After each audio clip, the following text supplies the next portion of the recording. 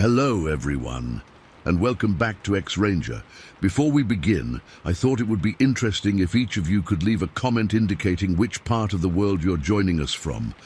Also, don't forget to like and subscribe if you're enjoying the episodes. Now let's get comfortable, relax, and start our program. I've hesitated to write this down for a long time. Even after all these years, I'm not sure anyone will believe me, but I need to get this off my chest. What happened to me in December 1978 near Cleewox Lake still gives me nightmares. I was 27 then, living in a small rental cabin near the Oregon Dunes National Recreation Area. I'd moved there after my divorce, wanting solitude and a fresh start. My German shepherd, Duke, was my only real companion. He was a big, brave boy, 95 pounds of muscle and loyalty, who'd never shown fear of anything in the 4 years I'd had him. That night started like many others. It was about 8:30 p.m. when I decided to take Duke for our usual evening walk. The temperature had dropped into the low 40s, and there was this strange haziness in the air, not quite fog, but enough to soften the edges of everything. The moon was waning, but still bright enough to cast long shadows across the dunes and illuminate the landscape in that eerie bluish glow that only moonlight can create. I dressed warm, thick jeans, hiking boots, my ex's old flannel shirt, and a sturdy jacket. I grabbed my walking stick out of habit. It was just a piece of driftwood I'd found and sanded down, but it gave me comfort on our night walks. Duke was excited as always, prancing around the door while I got ready. We took our usual route, heading toward the lake, and then planning to loop around through a section of dunes I particularly loved. The air felt different that night, heavy somehow, with an unusual stillness that should have been my first warning. The only sounds were Duke's panting, the soft crunch of my boots on the sandy soil, and the distant rhythm of waves. We'd been walking for maybe 30 minutes when I first noticed it. About 400 yards ahead, silhouetted against the moonlit sky, was a figure. At first, I thought it was another hiker, though that would have been unusual at that hour and location. But something about the way it moved felt wrong. It was tall. Really tall, and its movements were fluid but somehow deliberate. I immediately tensed up. Living semi-remotely, I developed good instincts about potential danger. This didn't feel right. I didn't want an encounter with a stranger out here, especially not one who moved like that. There was a small hollow nearby, a depression in the dunes that was ringed with shore pines and some scrubby vegetation. I quickly guided Duke toward it, dropping down into the natural depression. The hollow was maybe 3 feet deep, enough to conceal us if we stayed low. I whispered to Duke to stay quiet, something he usually obeyed perfectly, but not this time. As soon as we settled, Duke's body language completely changed. His ears went forward, his body stiffened, and he started making this low sound in his throat I'd never heard before. Before I could grab his collar, he bolted out of our hiding spot and ran straight toward the figure. My heart dropped. "Duke!" I hissed as loudly as I dared, but he was already gone, racing across the open ground. I watched helplessly as he approached the figure, waiting for him to bark or challenge it the way he would with other hikers or animals. Instead, after getting within about 50 yards of the figure, Duke stopped abruptly. He made these distress calls, not quite barks, more like high-pitched whines that raised the hair on my arms. Duke never made sounds like that. Then, to my shock, he turned and ran back to me faster than I'd ever seen him move.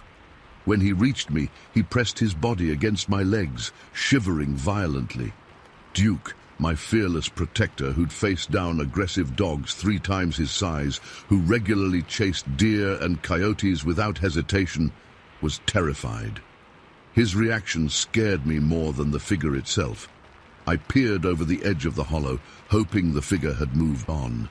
It hadn't. Worse, it was now walking in our direction with this steady, purposeful stride that sent ice through my veins. I noticed something odd about its gait. It seemed to be walking on the front part of its feet, not flat-footed like a person would. And the distance between steps. I estimated each pace at about 5 feet, much longer than a normal human stride. I ducked back down, my mind racing. Maybe it was just a very tall hiker. But Duke's reaction. In 4 years, I'd never seen him behave like this with a human. He was still trembling against me, occasionally making soft whimpering sounds. I risked another look. The figure had changed course slightly, but was still moving in our general direction. It was closer now, maybe 300 yards away, and I could see more details. The proportions were all wrong for a human. The arms were too long, hanging down almost to the knees. The shoulders were massively broad, and the head seemed to sit directly on those shoulders with no visible neck. My mouth went dry. Every instinct was screaming at me to run, but I knew that would be a mistake. Whatever this thing was, it would surely outrun me. Our best chance was to stay hidden and hope it passed by without noticing us. But then the unthinkable happened. The figure stopped abruptly and turned directly toward our hiding spot. It was as if it knew exactly where we were. It stood completely still for what felt like an eternity, but was probably only 30 seconds.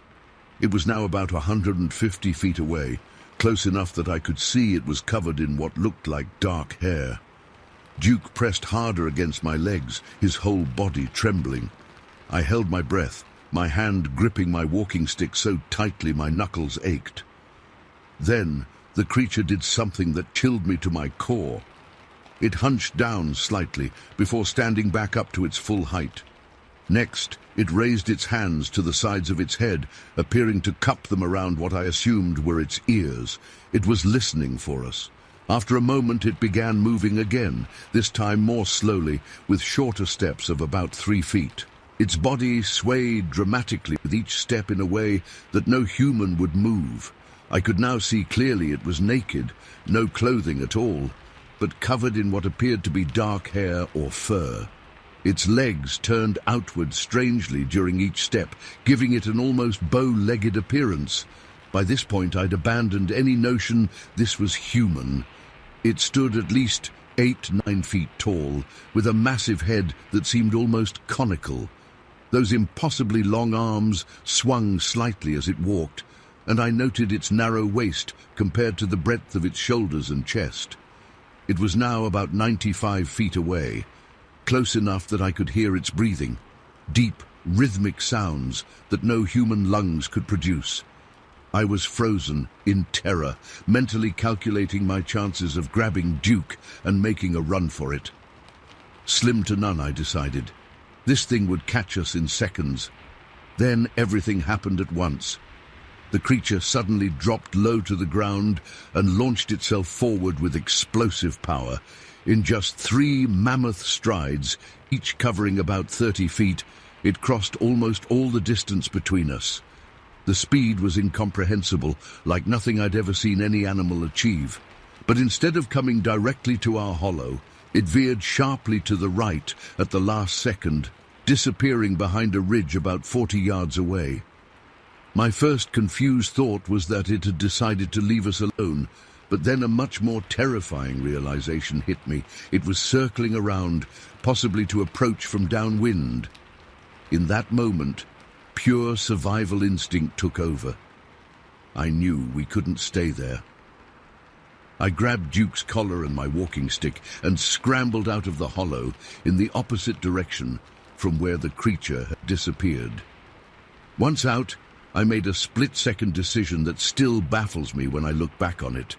Instead of running, I stood on the ridge of our hollow, raised my walking stick high, and planted my feet firmly. I don't know what made me do it. Maybe some primal part of my brain knew running would trigger a chase response. Maybe I was just too terrified to think clearly. Whatever the reason, I stood my ground. Duke pressed against my legs, both of us facing the direction where the creature had disappeared. For several agonizing seconds, nothing happened. The night was completely silent except for my pounding heart and Duke's rapid breathing. Then, still not seeing the creature reappear, I slowly began backing away, keeping my eyes fixed on that ridge. I backed up for maybe 100 yards before turning to walk briskly in the direction of my car, which was parked about a mile away. I didn't run. Some instinct told me not to. But I moved as quickly as I could while constantly checking over my shoulder. Duke stayed right at my heel, unusually compliant and still trembling. The walk back to my car was the longest of my life. Every shadow seemed to move, every sound amplified in my hyper-aware state, but somehow we made it back. I fumbled with my keys, hands shaking so badly I dropped them twice before managing to unlock the door. I let Duke jump in first, then followed, locking the doors immediately. I sat there for a moment trying to process what had happened, wondering if I should start the car and leave immediately. But something made me hesitate. I rolled down the window just a crack to listen, keeping the keys in the ignition ready to go. That's when I heard it. From somewhere back in the dunes came two of the most powerful, bone-chilling screams I've ever experienced. They weren't like any animal I knew, not a cougar, not a bear, nothing familiar. They were deep and primal, but with an almost human quality that made them all the more terrifying. The sound physically impacted me, reverberating in my chest cavity. Duke went ballistic, barking and throwing himself against the windows. I started the car and tore out of there, gravel flying as I hit the main road. I drove straight home, locked every door and window, and sat up all night with every light on, Duke never leaving my side. The next morning, after a sleepless night, I did something that probably seems crazy. I went back. In the rational light of day, I needed to confirm what I'd seen, to prove to myself I hadn't imagined it all. I took Duke, who was extremely reluctant to get out of the car, my camera, and a measuring tape. It had rained lightly overnight, making the ground soft. When we reached the hollow where we'd hidden, I found what I was looking for. Tracks. They weren't complete footprints, but half impressions where the creature's feet had pressed into softer patches of soil. They were huge, 8 to 9 inches wide at minimum, with a stride length of about 5 feet, just as I'd estimated the night before. I took photos, though they didn't turn out very well. The impressions were clear to the naked eye, but didn't photograph distinctly. I measured them carefully, documenting everything. I even found some dark hairs caught on a low branch near where the creature had run, which I collected in an envelope. Over the following weeks, I spoke with a few locals, trying to discover if anyone else had seen something similar. Most people laughed it off or looked at me like I was crazy, but one older man who'd lived in the area his whole life pulled me aside after overhearing my questions at the local diner.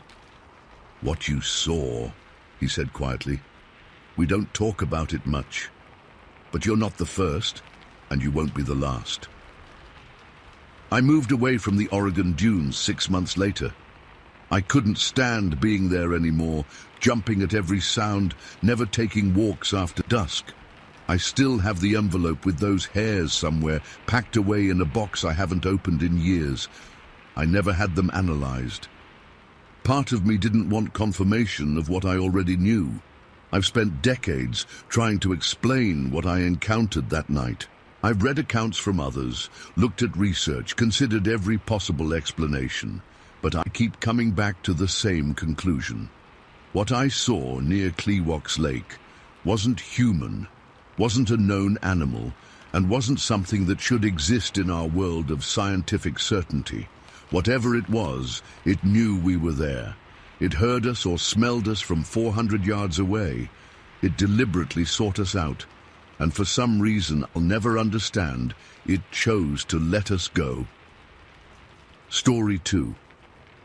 I never believed in monsters. Not the kind that hide under your bed or in your closet. Not the kind from movies or scary stories. But that changed back in August 2007, and I still can't explain what I saw.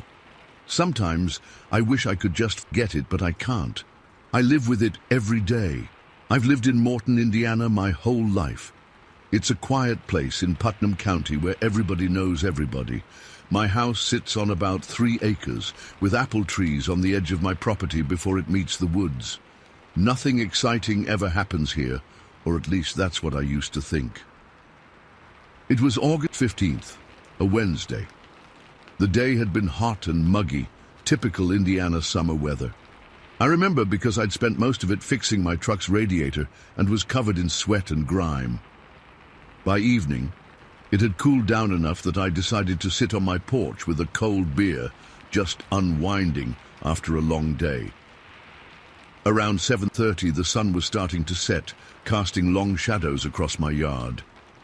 I was just sitting there, enjoying the quiet, when I heard this rustling sound coming from my apple trees. It was too loud to be squirrels or birds.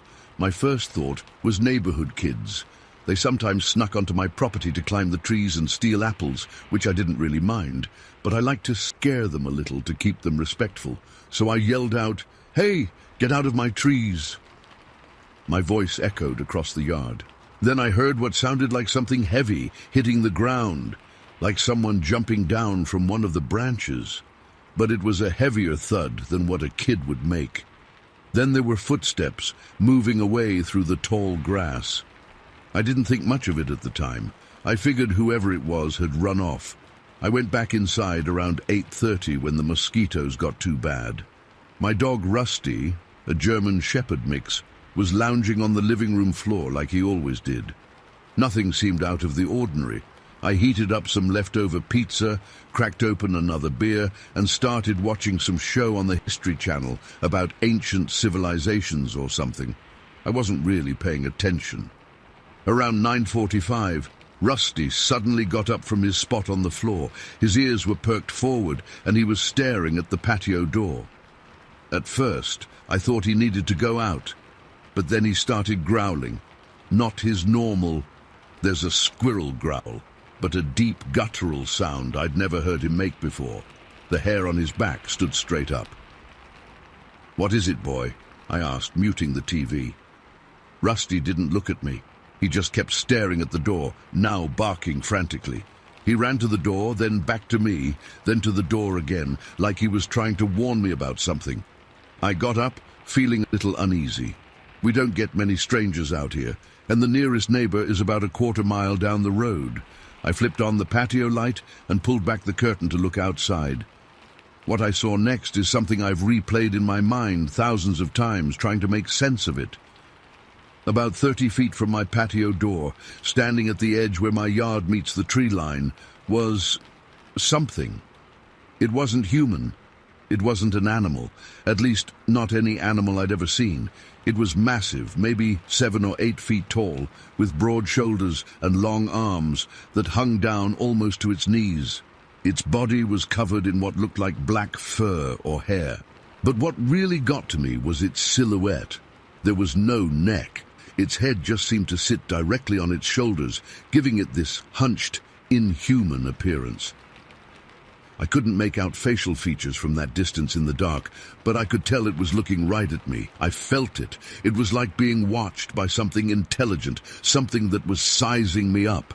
My blood ran cold. I couldn't move. I couldn't breathe. For what felt like an eternity, we just stared at each other. Then it moved. It turned slightly, and in what seemed like one fluid motion, it disappeared into the darkness of the woods. It didn't run away like a person would. It was more like it just melted into the shadows. I stood there, frozen, still holding the curtain. Rusty was going absolutely ballistic now, scratching at the door, barking so loud it hurt my ears. My hands were shaking so bad I could barely dial my phone. I called the sheriff's department. The dispatcher must have thought I was drunk or crazy. I probably sounded like it. I kept saying, "There's something in my yard. It's not human. It's not an animal. I don't know what it is." They said they'd send a deputy out, but I could tell from the woman's voice that she wasn't taking me seriously. While I waited, I grabbed my shotgun from the closet and loaded it. I wasn't taking any chances. I kept the lights on and peeked through the blinds every few minutes. Rusty wouldn't calm down. He kept pacing back and forth, growling and whining. I'd never seen him so agitated. At one point I looked away from the window to check the time. It was 10:12. When I looked back, my heart nearly stopped. The thing had moved. It was now only about 20 feet from my house, standing partially in the light from my patio. It seemed even bigger up close, its massive frame blocking out the view of the trees behind it. I gasped and stumbled backward, knocking over a lamp. There was a crash, and in that split second when I looked down at the broken glass, the creature turned and ran. Not into the woods this time, but along the edge of my property, moving faster than anything that size should be able to move. It was like watching a freight train sprint. By the time Deputy Michaels arrived about 20 minutes later, there was no sign of the creature. He walked around my property with a flashlight, but didn't find anything unusual. I could tell he thought I was seeing things, maybe had one too many beers. He wrote up a report to humor me, but said it was probably just a black bear that had wandered into the area, even though there hadn't been a bear sighting in Putnam County for decades.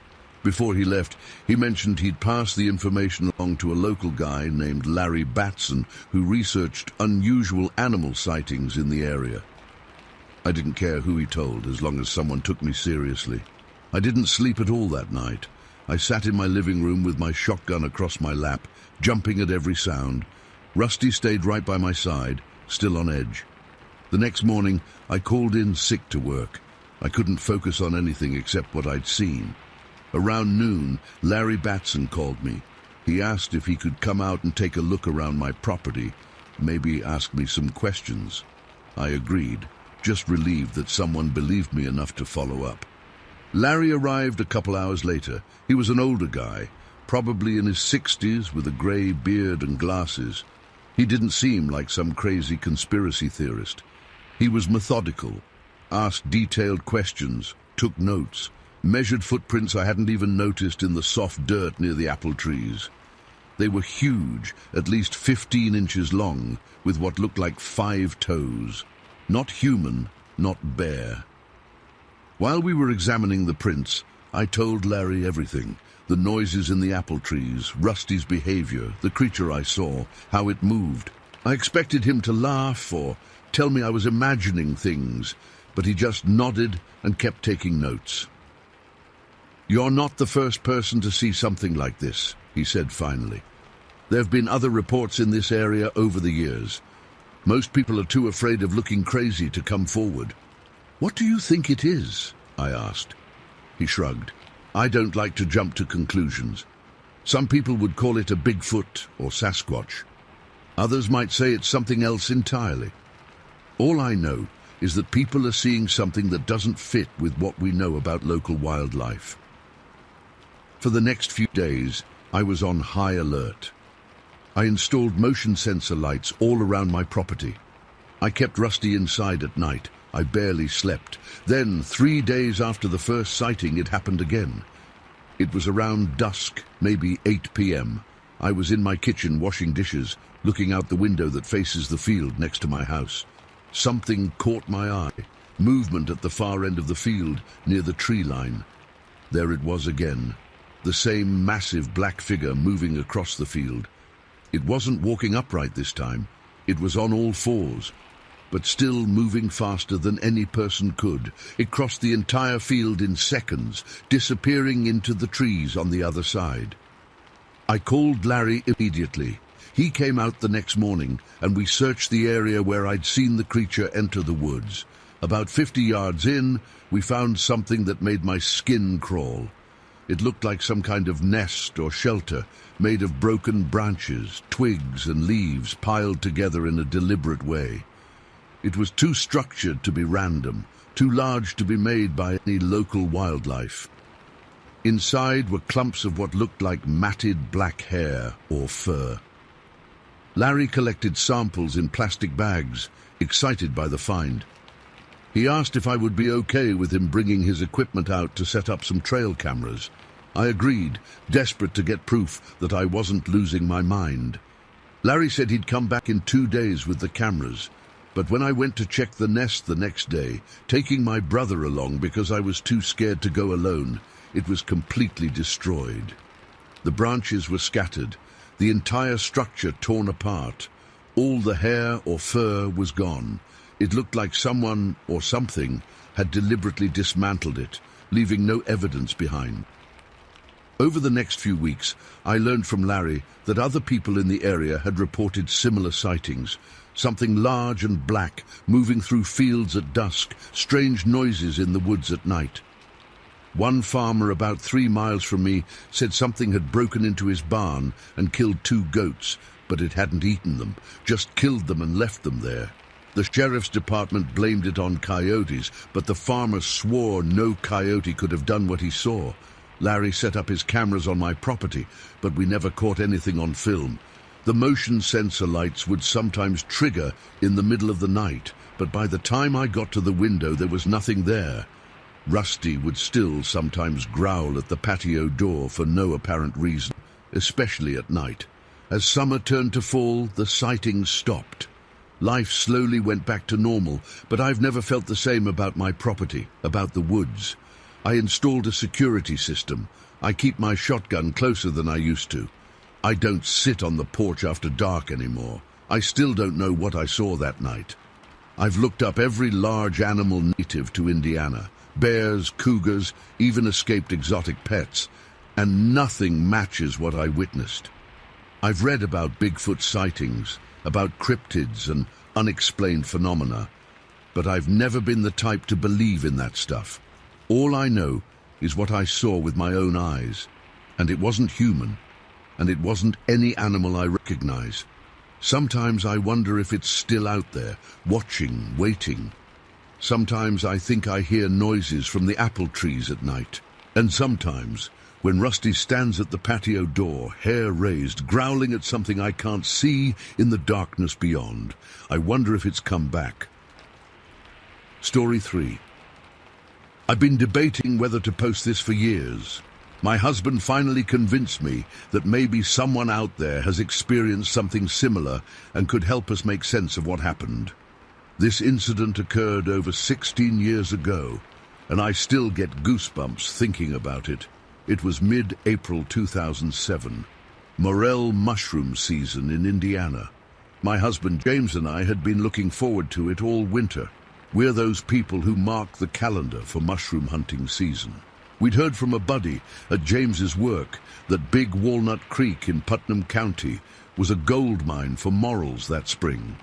The weather had been perfect, warm days, cool nights, and some good rain. Prime conditions.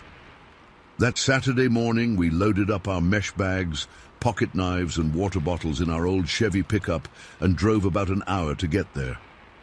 I remember feeling so excited. Silly, right? But mushroom hunting was our thing. We'd been doing it since we started dating in college, and now, as a married couple in our early 30s, it was our favorite spring tradition. We arrived around 10 a.m. The woods were beautiful that day. Everything was that fresh spring green, with wildflowers starting to pop up. The creek was running high from recent rains, creating that peaceful background noise that makes you feel like you're a million miles from civilization. Even though we were probably only a few miles from the nearest road. We parked at a small clearing where some dirt road met the woods. I remember taking a deep breath of that spring air as I got out of the truck. It smelled like wet earth and new leaves. James grabbed his walking stick and I pulled my hair back in a ponytail. We decided to split up to cover more ground, planning to meet back at the truck in about 3 hours. Stay within shouting distance, James reminded me, like he always did. I rolled my eyes playfully but nodded. Cell reception was spotty at best out there, so we always made sure to stay relatively close to each other. I headed northeast along the creek, while James went more directly east. The ground was soft and damp under my hiking boots. I was in such a good mood, humming to myself as I scanned the forest floor, looking for those distinctive honeycomb-like morels poking up through the leaves. About an hour in, I started noticing something odd. In several prime spots, near dead elms and old apple trees where morels typically grow, I could see where mushrooms had already been picked, not cut with a knife like most hunters do, but pulled from the ground, leaving small holes. I figured maybe some locals had already been through earlier that morning. I continued on, feeling slightly disappointed but still hopeful. The farther I went, the more picked over spots I found. I kept going, pushing a bit deeper into the woods than I normally would have, determined to find an area that hadn't been harvested yet. Around noon, I came to a small clearing with an old, massive sycamore tree. The sun was filtering through the canopy, creating dappled light on the forest floor. That's when I spotted it, a perfect little morel about 3 inches tall, half hidden under some leaves. Someone had missed it. I felt that little rush of excitement mushroom hunters get, and quickly bent down to harvest it. As I was crouched there, I suddenly became aware of a sound. Breathing. Not my own. Not an animal panting. Human-like breathing, slow and deliberate. I froze, my hand still on the mushroom. The tiny hairs on the back of my neck stood up. I slowly raised my head to look in the direction of the sound. About 50 feet away, partially obscured by undergrowth, someone was standing there. At first glance, I thought it was a man, tall, broad-shouldered, just watching me. My first thought was that it was another mushroom hunter, maybe annoyed that I was in their spot. "Hello?" I called out, my voice sounding unnaturally loud in the quiet woods. No response, just that steady breathing. I stood up slowly, squinting to get a better look. That's when I realized what I was seeing wasn't right. This wasn't a person, not a normal one anyway. What I had thought was clothing was actually hair. Dark, blackish-brown hair covering its entire body. It was huge, easily 7 feet tall, with a massive chest and shoulders, standing perfectly still next to a tree. I blinked hard, convinced my eyes were playing tricks on me. But when I looked again, it was still there, watching me with eyes that seemed too aware, too intelligent for an animal. My heart started hammering so hard I could feel it in my throat. I couldn't move, couldn't scream. We just stared at each other for what felt like an eternity but was probably only seconds. I broke eye contact to look toward where I thought James might be, desperately hoping he was nearby. When I looked back, the creature had moved. It hadn't run away. It had partially hidden itself behind the tree it was standing next to. But it was so large that its shoulders were still visible on either side of the trunk. It was hiding from me. Like a child playing hide-and-seek who doesn't understand that being partially visible means you're not actually hidden. That detail, that bizarrely human behavior, terrified me more than anything. That's when I found my voice and screamed for James. I didn't wait to see what the creature would do. I turned and ran, dropping my bag of mushrooms, crashing through underbrush, tripping over roots. My only thought to get back to the truck as fast as possible. I had no idea if it was following me. I didn't look back. I just ran until my lungs burned and my legs felt like they might give out. When I finally broke out of the woods near our parking spot, I practically collapsed against the truck, gasping for air, fumbling for the door handle with shaking hands.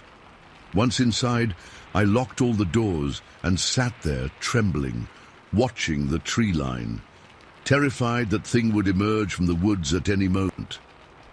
I kept trying to process what I'd seen. A bear? No, it stood upright too naturally. A person in a costume, in the middle of nowhere, just standing there breathing. It didn't make sense. About 15 minutes later, though it felt like hours, I saw James jogging out of the woods. He looked concerned but not terrified. I honked the horn frantically to get his attention. When he saw me in the truck, he ran over.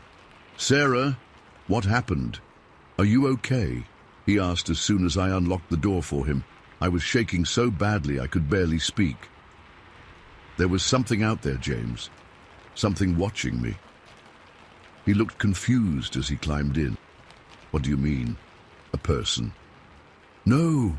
I mean, at first I thought it was, but it wasn't human. It was huge and covered in dark hair and..." I broke down, the words tumbling out between sobs as I tried to explain what I'd seen. James listened, his face growing increasingly serious. When I finished, he was quiet for a long moment. "Sarah," he said finally, "something was following me out there." My blood ran cold. "What?" He nodded slowly. For the last hour or so, I kept hearing footsteps behind me, always stopping when I stopped. I thought it was you messing with me. There was this weird chattering sound too, really low, almost like someone talking under their breath. I called out a few times, but whenever I turned around, there was nothing there. We sat in silence, the implications sinking in. Whatever I had seen, James had encountered it too, or maybe there was more than one. The thought made me feel sick. "We need to go," I said. "Now." James didn't argue. He started the truck, and we peeled out of there much faster than was safe on those dirt roads. On the drive home, we tried to rationalize what had happened. Maybe it was some homeless person living in the woods.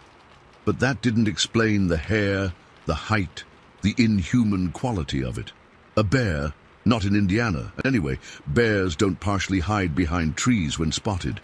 Someone playing a prank, out in the middle of nowhere, targeting random mushroom hunters.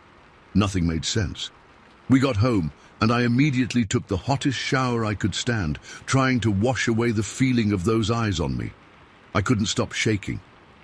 That night, I made James check all the locks 3 times before we went to bed. I didn't sleep a wink. We didn't report it to the police. What would we even say? "Hello, officer. I saw a giant hairy man-ape in the woods." They'd think we were crazy or on drugs. About a week later, after obsessively researching online, James found contact information for a researcher named Larry Batson from something called the Wildlife Educational Services. Apparently, he investigated unusual wildlife encounters in Indiana. We reached out to him and eventually met at a coffee shop to tell our story. Larry listened without interrupting, taking notes. When we finished, he showed us reports from other people in Indiana and neighboring states who had described almost identical encounters. He called it a Sasquatch, or Bigfoot sighting. I'd always thought Bigfoot was a Pacific Northwest thing, a myth, something for cheesy TV shows. But sitting there listening to Larry describe other encounters, the height, the hair, the intelligence in the eyes, the way they move through the woods silently despite their size, it matched exactly what we experienced. It's been 16 years since that day at Big Walnut Creek.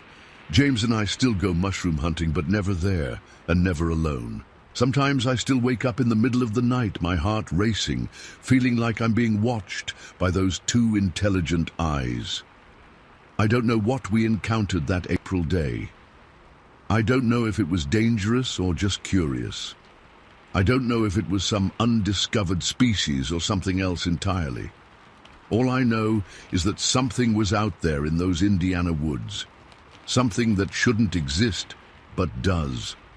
Something that was intelligent enough to follow my husband without being seen and to try to hide when I spotted it.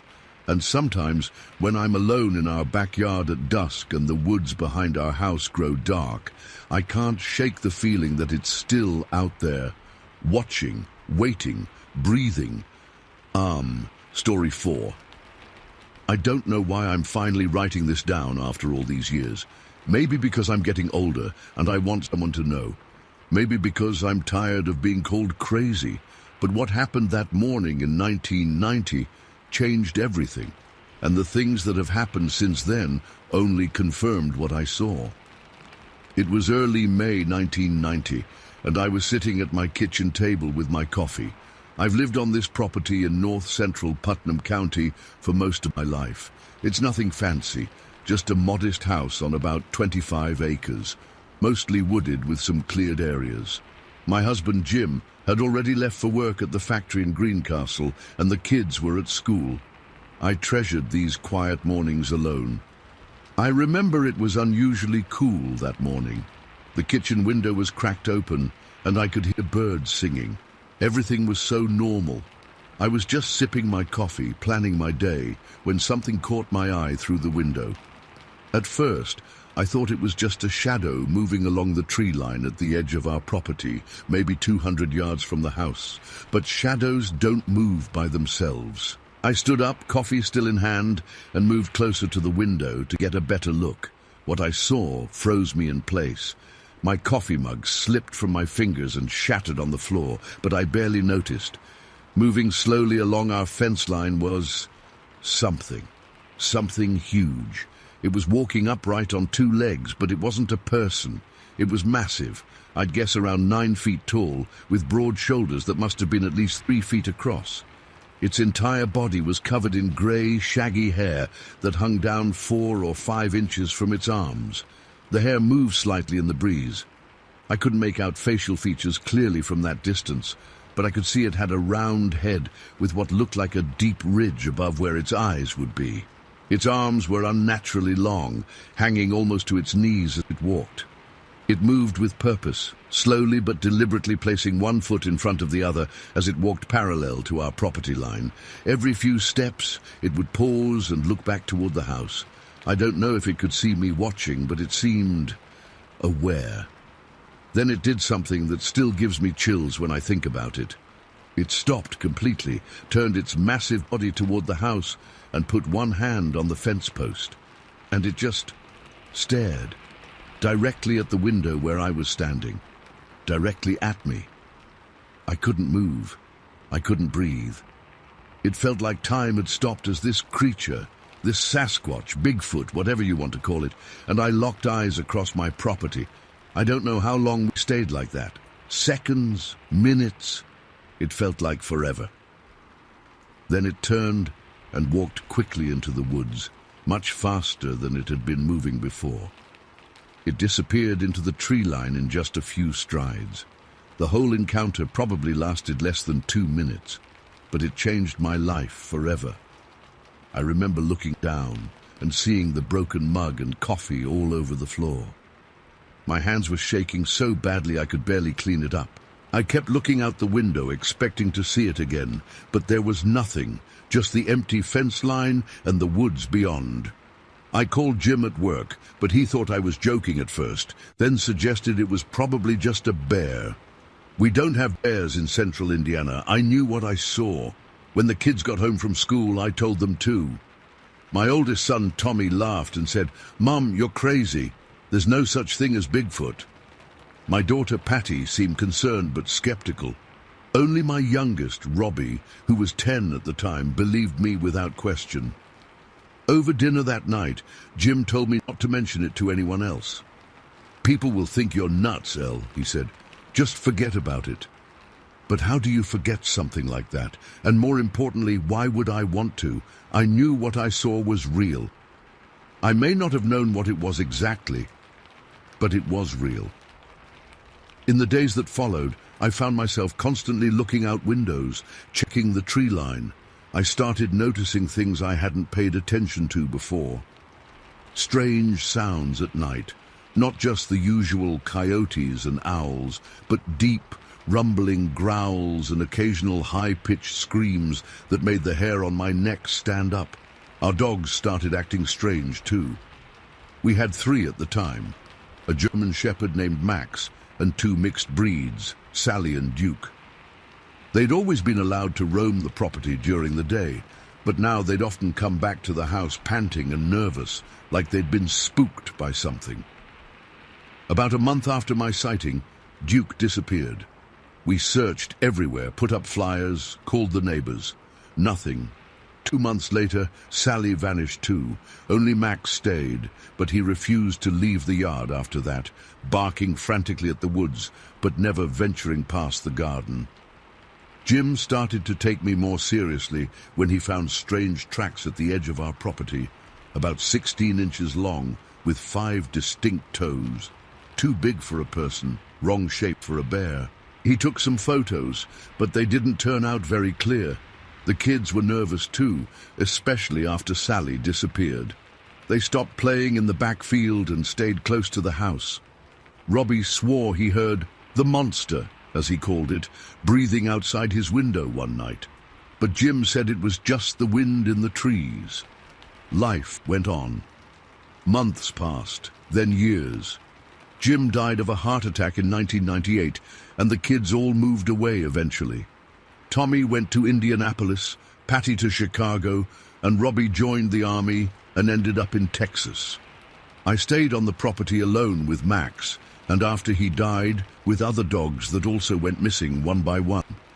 I never saw the creature as clearly as I did that first morning, but I caught glimpses over the years. A large shadow moving between trees, a flash of grey fur, the sense of being watched. The sounds continued too, those blood-curdling screams that sometimes came in the middle of the day, sometimes in the dead of night. I stopped telling people about it. The few times I mentioned it, I got those looks, the raised eyebrows, the forced smiles, the quick change of subject. My sister Martha was the only one who didn't judge me, but even she had her doubts. That changed in 2015 when her ex-husband Steve came to visit. Steve Abney had become something of an amateur investigator of strange phenomena after retiring from the post office. Martha had mentioned my experiences to him, and he asked if he could come look around the property. I was 67 by then, still living alone in the same house, still experiencing the same strange occurrences. I figured, what did I have to lose? So I invited him over. Steve spent the day walking the property, taking pictures, making notes. He seemed particularly interested in some of the strange formations I'd noticed in the woods, saplings bent over and twisted together to form arch-like structures. Stacks of logs that I knew I hadn't made. These aren't natural, Steve told me as we stood looking at one of the arch structures.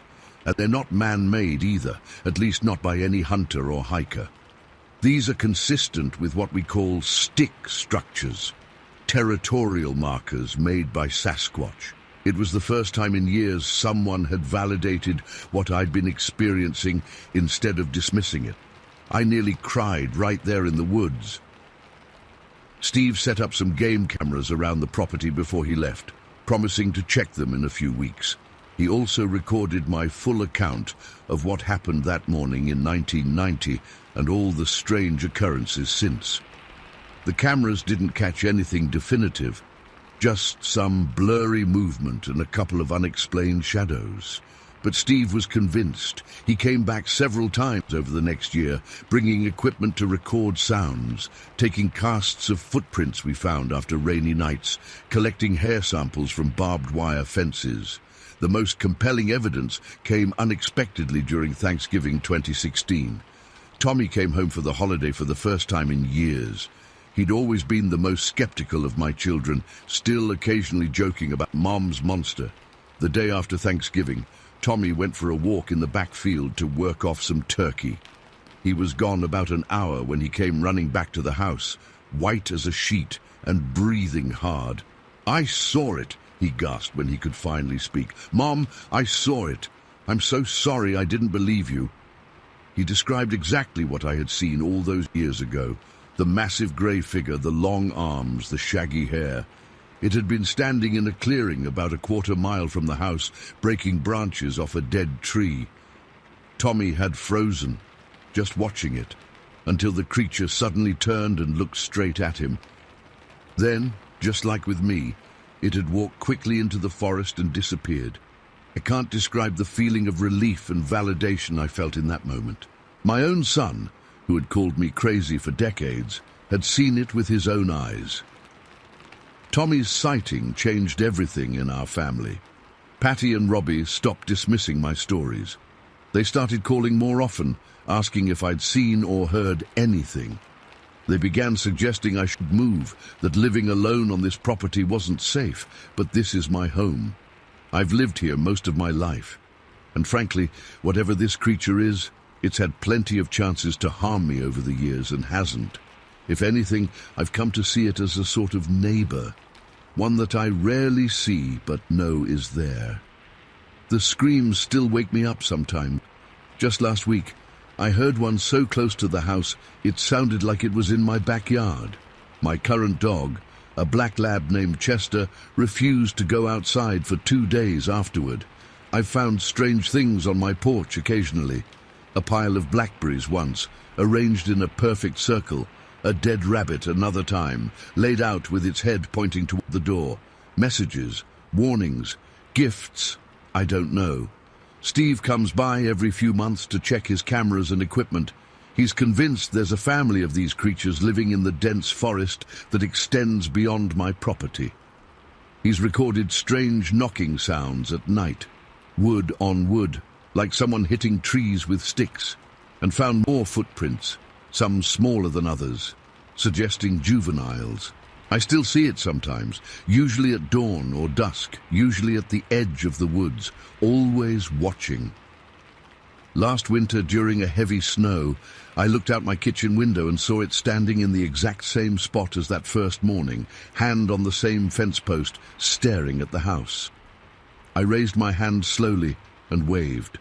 It stood absolutely still for a long moment, then turned and walked into the trees, leaving a trail of massive footprints in the fresh snow that were filled in by morning. I'm 75 now. I don't know how many more years I have left on this property, but I've made Tommy promise not to sell it when I'm gone. This land belongs to them as much as to us. They were here before we came, and they'll be here after we're gone. Sometimes at night, I sit on my porch and look out into the darkness. I can feel it watching, hidden among the trees. I'm not scared anymore, just curious. What does it think when it looks at me? Does it wonder about me the way I wonder about it? All these years later, I still don't have answers. Just the certainty of what I saw that cool May morning in 1990, when I spilled my coffee and my world changed forever. Story 5. It was August 2006, and my girlfriend Jess and I had been dating for about 8 months. We both loved fishing, and night fishing was our thing. Fewer people around, more peaceful, and sometimes the fish bite better. We'd heard Glen Flint Lake in Putnam County, Indiana, had some decent catfish, so we decided to check it out. We got to the lake around 11 p.m. It was one of those perfect summer nights, warm but not too humid, with a slight breeze that kept the mosquitoes away. The moon was nearly full, which gave us enough light to see what we were doing without relying too much on our flashlights. We loaded up our small aluminum boat with our gear, rods, tackle box, a small cooler with some beers and sandwiches, and a couple of jackets in case it got cooler later. I remember Jess was wearing this old Indiana University hoodie that was way too big for her, and I had on my lucky fishing cap, you know, the one with all the hooks stuck in it. By midnight, we had found what seemed like a good spot. The lake was really calm, almost glassy, and we could see the moonlight reflecting off the water. We dropped anchor about 50 yards from shore, near some fallen trees, where I figured the catfish might be hanging out. The fishing was slow, but we didn't care. We were just enjoying being out there together, talking quietly about nothing important, having a couple beers. I remember Jess caught a small bass, which we threw back. I was still waiting for my first bite. Around 1 a.m. things changed. The whole atmosphere shifted in a way that's hard to explain unless you felt it. It was like the lake and the woods around us suddenly got tense. You know what I mean? Like when the air pressure changes before a big storm. First, we heard coyotes in the distance. Now I've heard coyotes plenty of times before. I've been camping and fishing all over, Michigan's Upper Peninsula, the boundary waters in Minnesota, even up into Ontario and British Columbia. I'm no stranger to wildlife sounds. Coyotes have that yipping, barking sound they make when they're hunting or communicating with each other. Normal stuff. But something was different about how these coyotes sounded. There was an urgency to their barking, almost like they were agitated or scared. Then they started making these high-pitched yips that echoed across the lake. I remember looking at Jess, and even in the moonlight, I could see her expression change. "What's got them so worked up?" she whispered, pulling her hoodie tighter around her. I shrugged it off. Probably just chasing a rabbit or something. But I wasn't convinced by my own words. Something felt off. Then we heard it. This deep, guttural grunt that definitely wasn't a coyote. It was like a bear, but different, lower, more powerful, and it seemed to reverberate right through my chest. Then another grunt and another, several in succession. They were coming from the shoreline not far from where we were anchored. I instinctively reached for my flashlight but hesitated to turn it on. Jess grabbed my arm. Her fingers dug into my skin. "Marcus, what the hell is that?" Her voice was barely audible. Before I could answer, we heard the most bone-chilling sound I've ever experienced in my life. One of the coyotes let out this horrible scream, not a normal coyote sound at all. It was the kind of sound that makes your blood freeze, like an animal in absolute terror or excruciating pain. I've heard injured animals before, but this was different. This was pure agony. The scream cut off abruptly, just stopped mid-cry, and then nothing.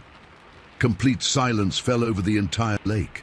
No coyotes, no frogs, no insects. Even the slight breeze seemed to die down. It was as if the whole world was holding its breath. I've never experienced silence like that in the woods. Nature is never silent. There's always something making noise. Crickets, frogs, rustling leaves, something. But there was absolutely nothing. Just a thick, heavy silence that pressed down on us like a weight. That's when we heard splashing at the shoreline. It wasn't the gentle lapping of waves or a fish jumping. It was deliberate, heavy, like something large entering the water. My hands were shaking so badly I could barely grip the anchor line. "We need to leave. Now." I didn't recognize my own voice. It sounded strangled and panicked. I started pulling up the anchor as quietly as possible, but my hands were slippery with sweat, and the rope kept sliding through my fingers. Jess was frantically reeling in her fishing line, not even caring that it was tangled. The splashing sounds continued, and they seemed to be getting closer to our boat. I couldn't see anything on the water. The moonlight created these weird shadows and reflections that played tricks on your eyes, but something was moving out there. I could feel it. I finally got the anchor up and grabbed the oars. We had a small trolling motor, but I didn't want to use it. The sound seemed too loud in that unnatural silence. I started rowing as fast and quietly as I could, trying to put distance between us and whatever was in the water. That's when the grunting started again, but louder this time. Much louder. It was a deep, rhythmic sound, almost like something breathing heavily or calling out. It echoed across the water, making it impossible to tell exactly where it was coming from. Jess was crying silently, tears streaming down her face. I was rowing so hard I thought my arms would give out. My back was to the direction we were heading, so I kept looking over my shoulder to make sure we were going toward the boat launch. Each time I looked back toward the shore we'd fled from, I kept expecting to see something, I don't know what, following us. After what felt like hours, but was probably only minutes, I decided to risk using the trolling motor. My arms were burning and we weren't moving fast enough. I lowered it into the water and started it up. The mechanical whir seemed deafening in the silence, but I didn't care anymore. I just wanted to get the hell out of there. As we moved farther from that spot, the natural sounds of the night gradually returned. First, a few crickets, then frogs. It was like the world was coming back to life around us. But there were no more coyote sounds. None at all. When we finally reached the boat launch, I practically threw our gear into the truck. We didn't bother cleaning anything up properly or securing the boat like we normally would. I just wanted to get away from that lake as fast as possible. On the drive home, we tried to rationalize what we'd heard. Maybe it was a bear that had caught a coyote, but there aren't supposed to be any bears in that part of Indiana. A feral hog? Same problem. Not common in the area. Mountain lion? Possibly, but the sounds were too deep, too powerful. Jess suggested it might have been other people playing a prank, but I shut that down immediately. Whatever made those sounds wasn't human, and nobody could fake that coyote's death scream. That was real pain, real terror. I've spent a lot of time outdoors. I know what bobcats sound like, what wolves sound like, what pretty much every animal in North America sounds like. What we heard that night didn't match anything I've ever heard before or since, except I did go back. About 3 months later, I went alone. Jess refused to come, and honestly, I don't blame her. I don't even know why I went back. Curiosity, the need to prove to myself that I wasn't crazy. Whatever the reason, I found myself at Glen Flint Lake again, this time during the day. I didn't take the boat out. I just walked around the shore, trying to identify the area where we'd heard the sounds. Nothing seemed out of the ordinary. No unusual tracks, no signs of a struggle, nothing. I stayed until dusk, and as the light faded, I heard them again. The grunts. Not as many as before, and not as loud, but unmistakably the same sound. They came from deep in the woods this time, not near the water's edge. I didn't stick around to hear more. I got in my truck and left. I've done a lot of research since then. Read books, watched documentaries, spent countless hours on forums and websites dedicated to strange wilderness encounters. The closest match to what I heard are recordings people claim to be Sasquatch vocalizations. I know how that sounds. Before that night, I would have laughed at the idea. Now, I'm not so sure. Whatever was out there, it killed a coyote. Easily. The way that coyote screamed and then was suddenly silenced. Something grabbed it mid-cry. Something strong enough to kill a predator instantly. I've been back to Glen Flint Lake a few times since then. Always during daylight hours, always with other people. I've never heard those sounds again. But I don't fish there at night anymore. I don't fish anywhere at night anymore, to be honest. That night changed me. I still go camping, still fish, still enjoy the outdoors, but I'm different now, more cautious, more aware. And whenever I hear coyotes in the distance, I listen for what might be following them. Sometimes, late at night when I can't sleep, I still hear that coyote's final scream in my head. And I wonder what it saw in its last moments. What was powerful enough, terrifying enough to make a predator sound like prey? I don't have answers, just questions, and the memory of that unnatural silence that fell over Glen Flint Lake on an otherwise normal August night in 2006. Whatever was out there is probably still out there, and sometimes, when I'm lying awake at night, I swear I can hear those grunts again, even though I know it's just my mind playing tricks on me. At least I hope it's just my mind. Story 6. I've been hesitating to share this for a long time, but I need to get it off my chest. Maybe someone here has experienced something similar, or can offer some explanation. This happened back in December 2008, but I remember it like it was yesterday. For some background, I live in rural Greencastle, Putnam County, Indiana. My property backs up to a pretty dense section of woods, nothing massive, but it's part of a patchwork of forest areas connected by small creeks that run between farm fields. There's plenty of wildlife around, deer, turkey, the usual Indiana critters. I've always been fascinated by the possibility that something undiscovered might be living in our forests. Call me crazy, but I've been researching Sasquatch, or Bigfoot, whatever you want to call it, as a hobby for almost 15 years now. Never expected to have my own experience, though. It started in summer 2006. I was sitting on my back porch one evening, enjoying a beer, when I heard this sound. It's hard to describe if you've never heard anything like it. It started as this low, drawn-out howl that rose in pitch until it became almost like a scream, then tapered off. Lasted maybe 8 seconds. My first thought was, what the hell was that? It didn't sound like a coyote, owl, or anything I recognized, and I've lived here my whole life.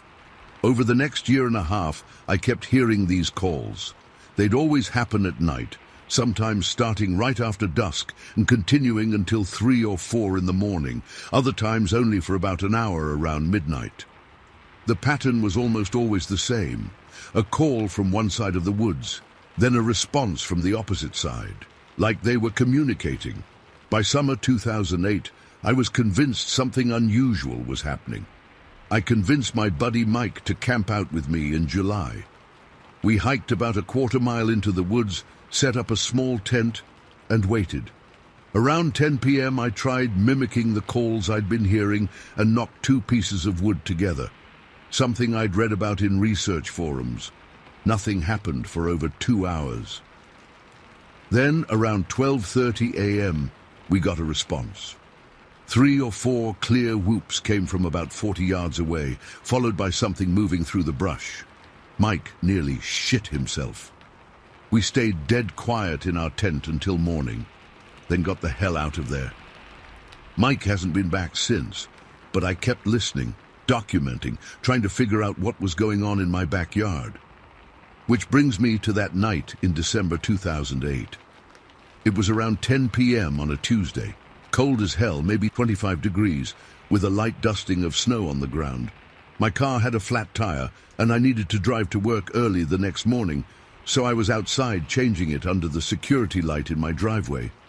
The woods behind my house were especially dark against the snow. I was tightening the lug nuts when I heard it, a powerful, clear, whooping sound from deep in the forest. My hands froze on the tire iron. This wasn't like the usual calls. It was louder, more deliberate. Then came the wood knocks, 3 distinct crack sounds, like someone hitting a baseball bat against a tree trunk. The logical part of my brain tried to explain it away. Maybe hunters, though it was well past hunting hours. Maybe kids messing around, but it was a school night and freezing cold.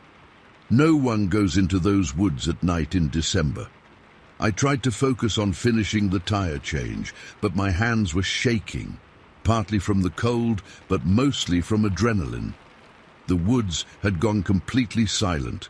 No normal night sounds, no insects, nothing. Anyone who spends time outdoors knows that when the forest goes silent, something's wrong. I finished tightening the last lug nut and was putting my tools back in the trunk when I heard movement at the tree line, maybe 50 yards away. I couldn't see anything clearly, but something large was moving between the trees, just at the edge of where my security light reached. Against my better judgment, I called out, "Hello? Someone there?"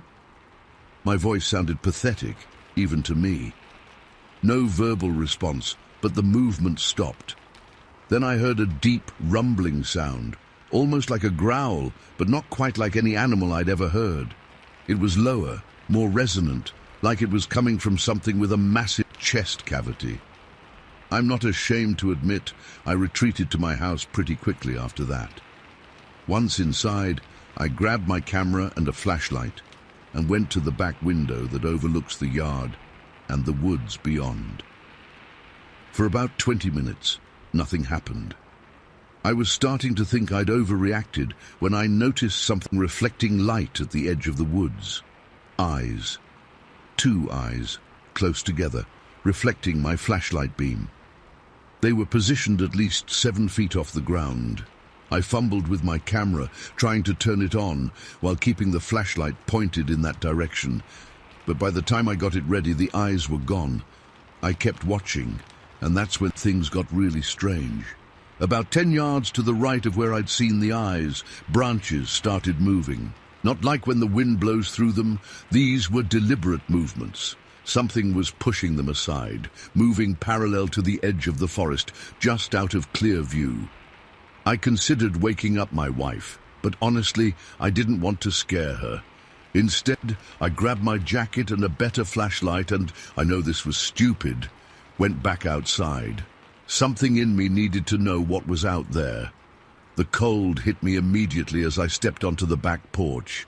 The security light only reached about halfway across the yard, leaving the area nearest the woods in shadow. I swept my flashlight back and forth along the tree line, but saw nothing unusual. Then I smelled it. The most foul, musky odor I've ever encountered. Like wet dog mixed with rotting meat and something else I can't even describe. It was so strong, it made my eyes water. I've been around plenty of wildlife, dead deer, skunks, all kinds of stinky animals. But this was different. This smell had a presence to it. I called out again, louder this time. "I know someone's there. This is private property." I was trying to sound authoritative, but my voice cracked. The response was immediate, a howl so loud and close it felt like it vibrated through my chest. It couldn't have been more than 30 yards away, just inside the tree line. I instinctively dropped to a crouch, sweeping my flashlight toward the sound. For a split second, and I swear this on everything I believe in, my light caught something. A massive, dark shape moving between two trees. It was tall, at least 7-8 feet, and covered in what looked like dark hair or fur.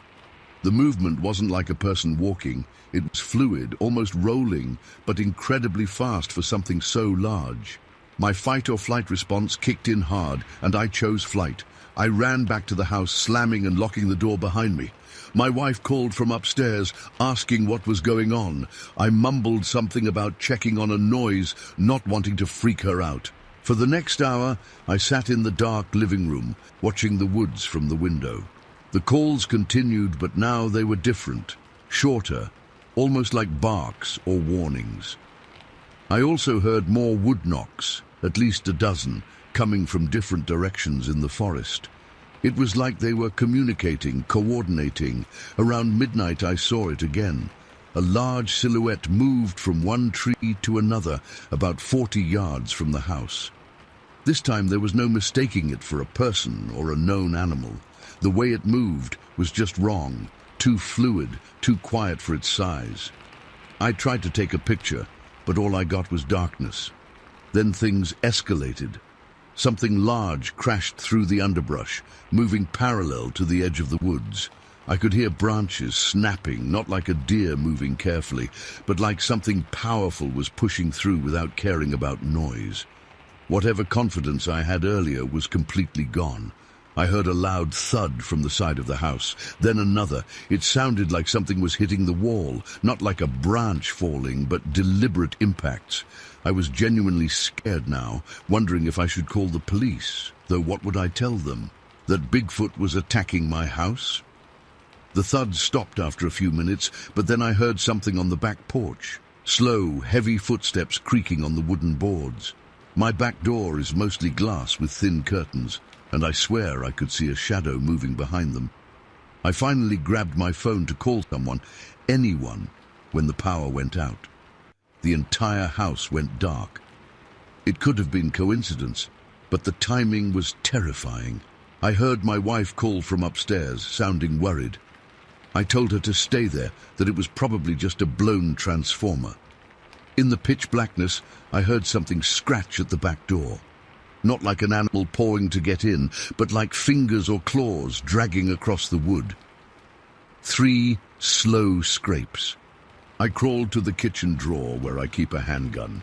I'm not a gun nut, but living rural means sometimes having to deal with coyotes or other predators. I loaded it with shaking hands and returned to the living room, staying low and away from windows. For what felt like an eternity but was probably only 15-20 minutes, I sat there in total darkness, listening to something move around my house.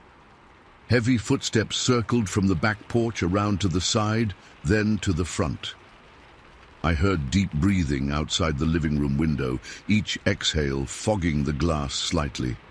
Then, as suddenly as it started, everything went quiet. The oppressive feeling of being watched, the footsteps, the breathing, it all stopped. About 10 minutes later, the power flickered back on. I spent the rest of the night on the couch with the gun in my lap, jumping at every creak and groan of the house. When dawn finally came, I went outside to look for evidence. The snow showed everything. There were tracks circling my entire house, not human footprints, not bear tracks, nothing I could identify. They were huge, over 16 inches long with what looked like 5 toes.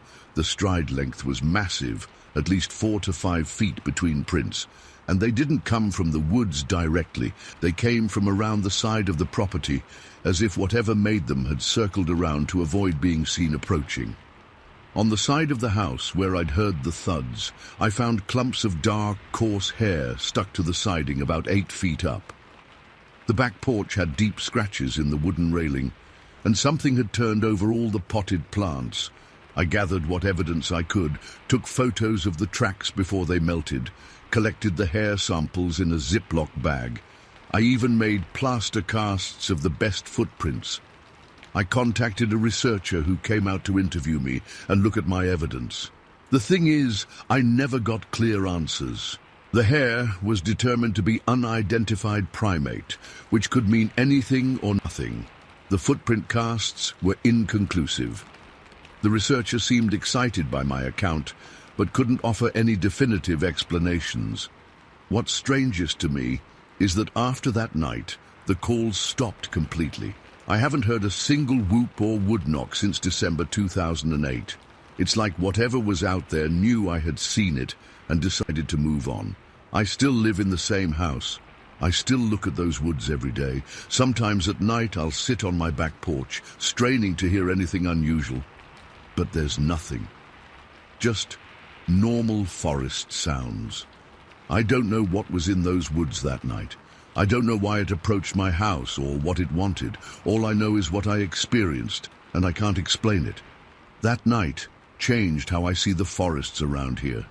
There's something out there that doesn't fit neatly into what we know about our world, and it was in my backyard. Story 7. I still don't know what to call what I saw that day. I've gone back and forth a million times in my head, trying to make sense of it, but I can't.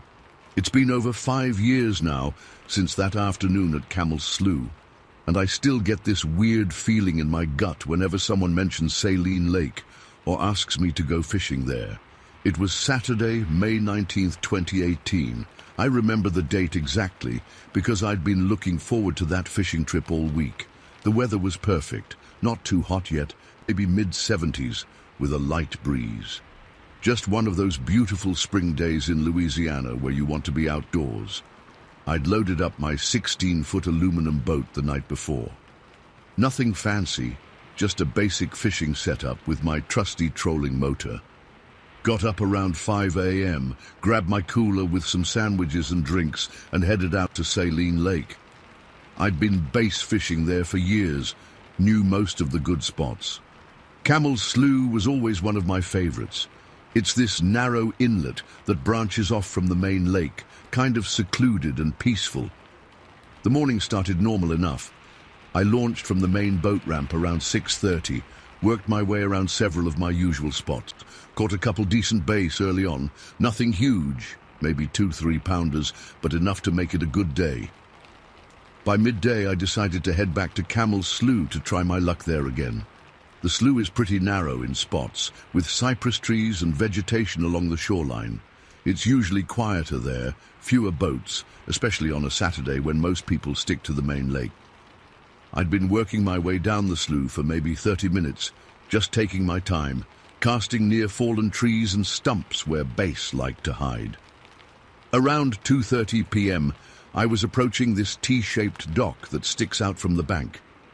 There's an old abandoned camp behind it, nothing special, just a run-down cabin that nobody's used in years. I always liked fishing near that dock because there's a drop-off there that holds some nice fish. I cut the trolling motor to drift in quietly, picked up my rod, and was about to cast when I heard this splash. Not like a fish jumping, this was loud, like someone had thrown a refrigerator into the water. It came from my left, near the shore by the abandoned camp. My first thought was that maybe someone was at the camp after all and had jumped in for a swim. But when I looked over, God, I still get goosebumps thinking about what I saw. This thing was coming out of the water about 30 yards away. It was standing on 2 legs, running up the embankment from the water's edge toward the tree line.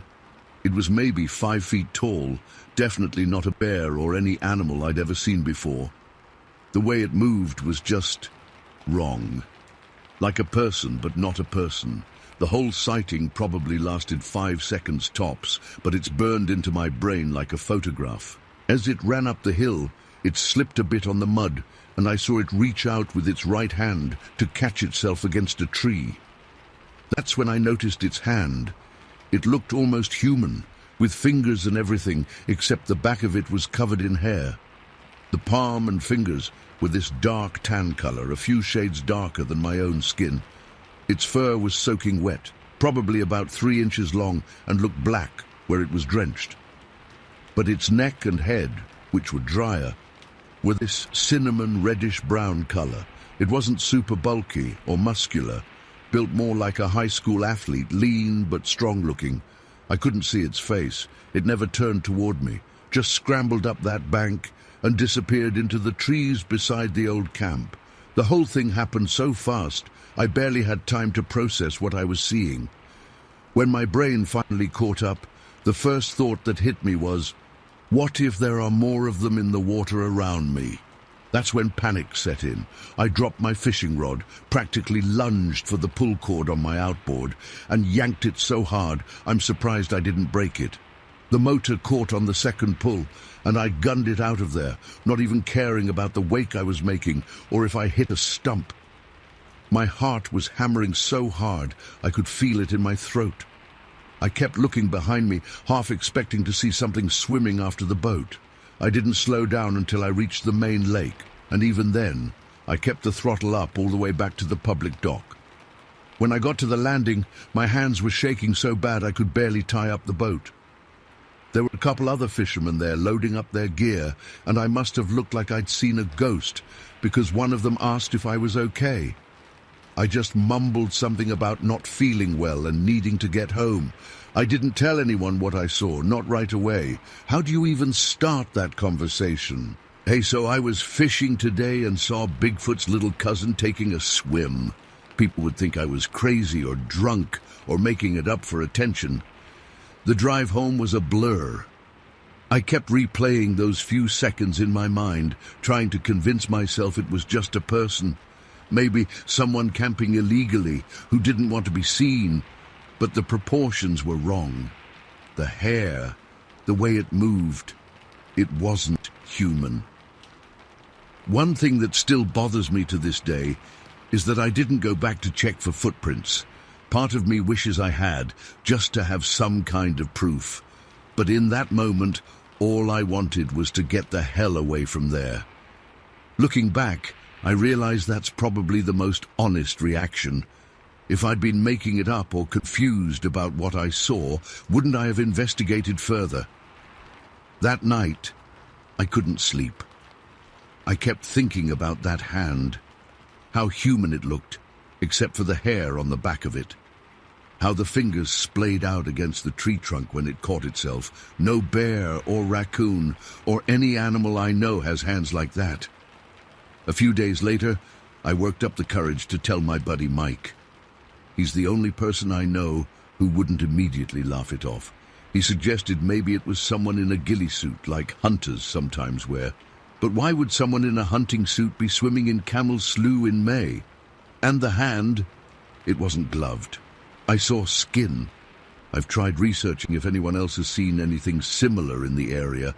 There are a few vague stories about strange sightings in the woods around Glen Lake, but nothing specific like what I saw.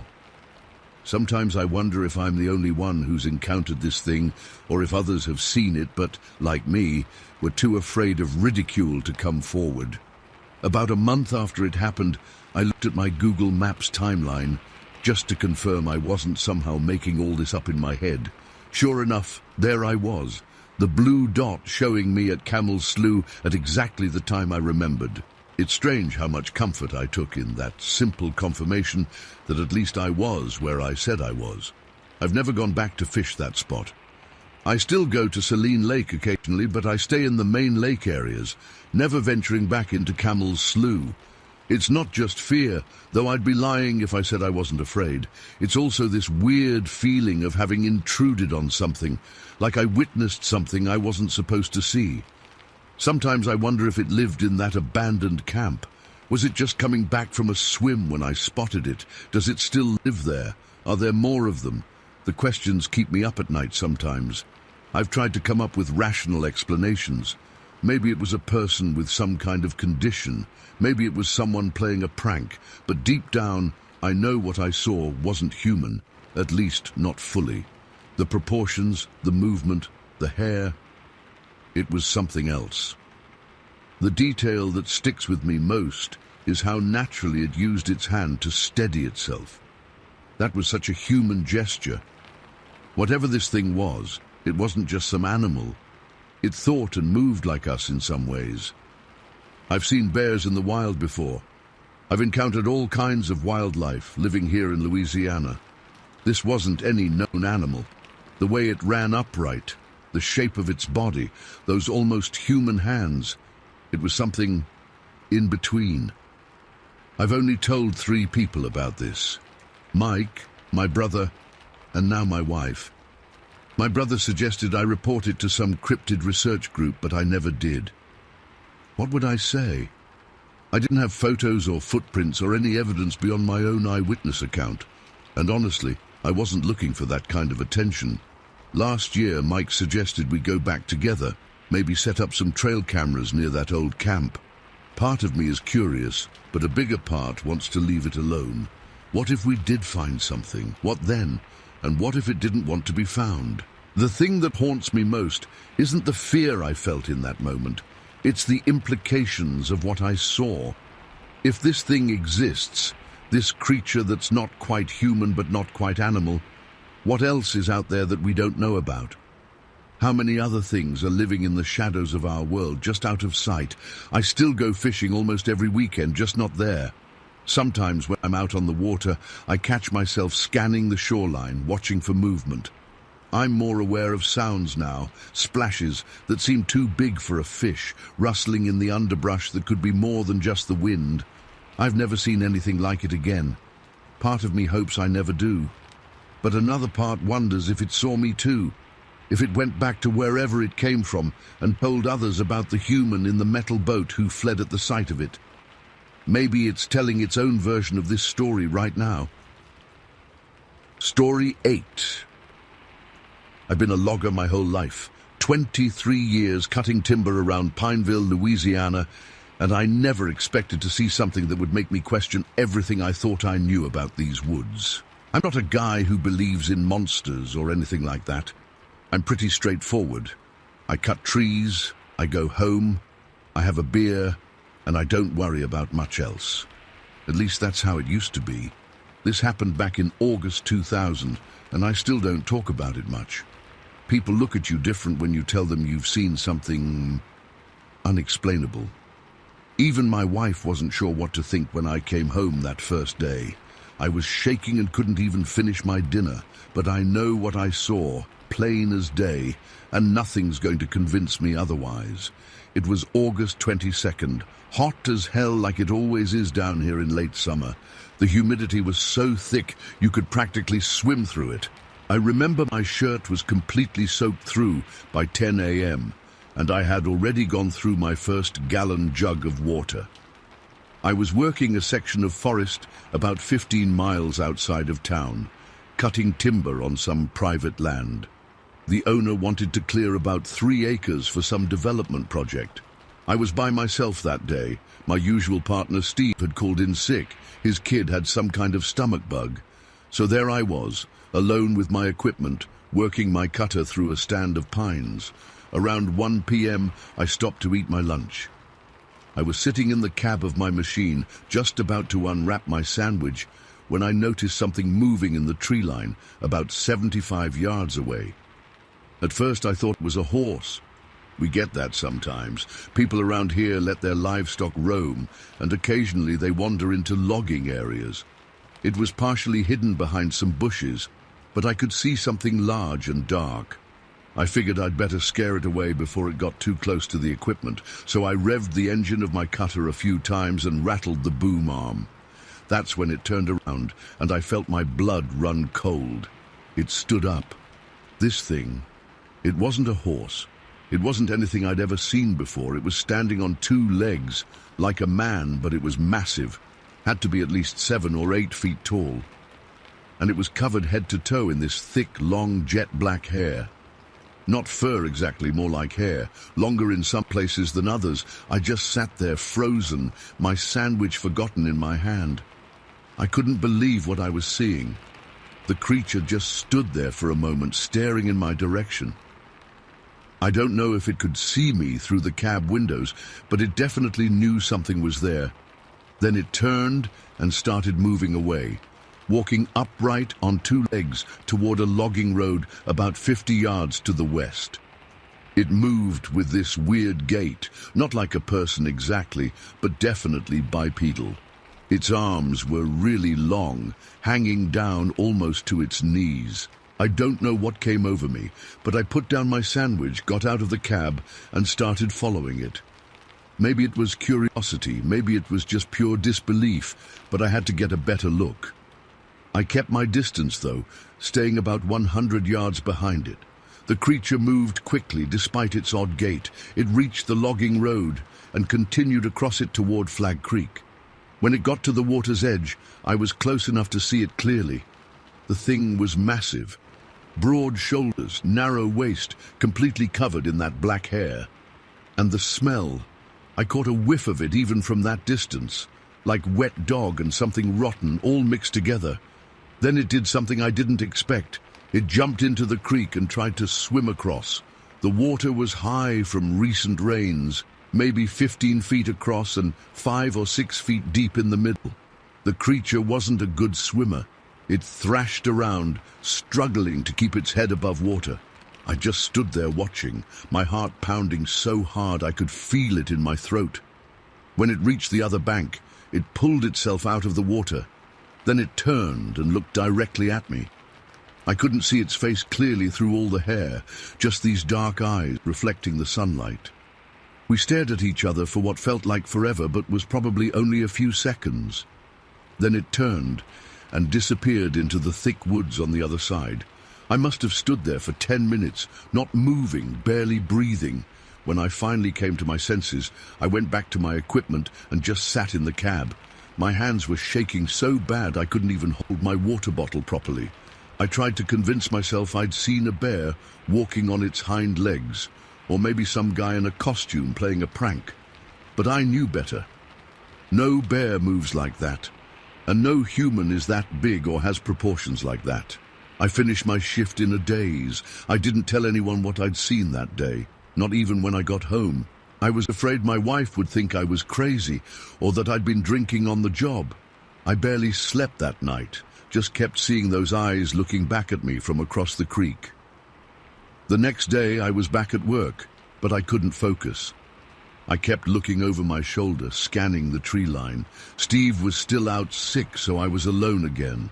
I stayed away from the area where I'd seen the creature, working a different section about half a mile away. Nothing unusual happened that day, but I still felt on edge. Then came August 24th, 2 days after my first encounter. Steve was back at work, and I was relieved not to be alone anymore. I hadn't told him about what happened, but having another person around made me feel safer somehow. Around mid-morning, the landowner asked us to check a property line on the southeast corner of his land. There was some dispute with a neighbor about where exactly the boundary ran, and he wanted us to make sure we weren't cutting on the wrong side. So Steve and I headed out there on foot, with a map and some marking flags. It was another hot, muggy day. We were making our way through a fairly dense section when we came to a small clearing next to a drying bayou. The water was low, just a few muddy puddles left in what would normally be a flowing stream. And there it was, again, standing beside a large bush about 80 feet away from us. The same creature. Same massive height, same jet black hair covering its body. In the daylight, with Steve right next to me, I could see it even clearer than before. Steve froze mid-step. "What the hell is that?" he whispered, his voice cracking. Before I could answer, I called out to it. I don't know why I did that. Some instinct to establish that we weren't threats, maybe. "Hey!" was all I managed to say. The creature's head snapped in our direction. Then, just like before, it turned and ran, but not before I got a better look at its face. It was almost human, but not quite. The forehead sloped back, the nose was flat and wide, and the mouth seemed too large, all partially obscured by that thick black hair. Steve's face had gone white. "Did you see that? Tell me you saw that too," he said, his voice barely audible. "I saw it," I confirmed. "I saw the same thing 2 days ago, but I thought I was losing my mind." We both just stood there for a while, trying to process what we'd seen. Then Steve said we should check out where it had been standing. We approached cautiously, looking around to make sure it wasn't coming back. What we found were footprints, clear impressions in the soft mud near the dried-up bayou. They were huge. I put my work boot next to one, and it was almost twice the length, must have been around 14 or 15 inches long, and they were weird, about 4 inches wide at the heel, widening to maybe 7 inches at the ball of the foot. The strangest thing was that they only had 4 toes, 4 big distinct toe impressions at the front of each print. We followed the tracks as they headed southeast. They went for about 50 feet before disappearing into harder ground covered with pine needles. The stride length was massive, had to be over 3 feet between left and right footprints, and at least 6 feet from left to left. Whatever made those tracks was covering ground fast.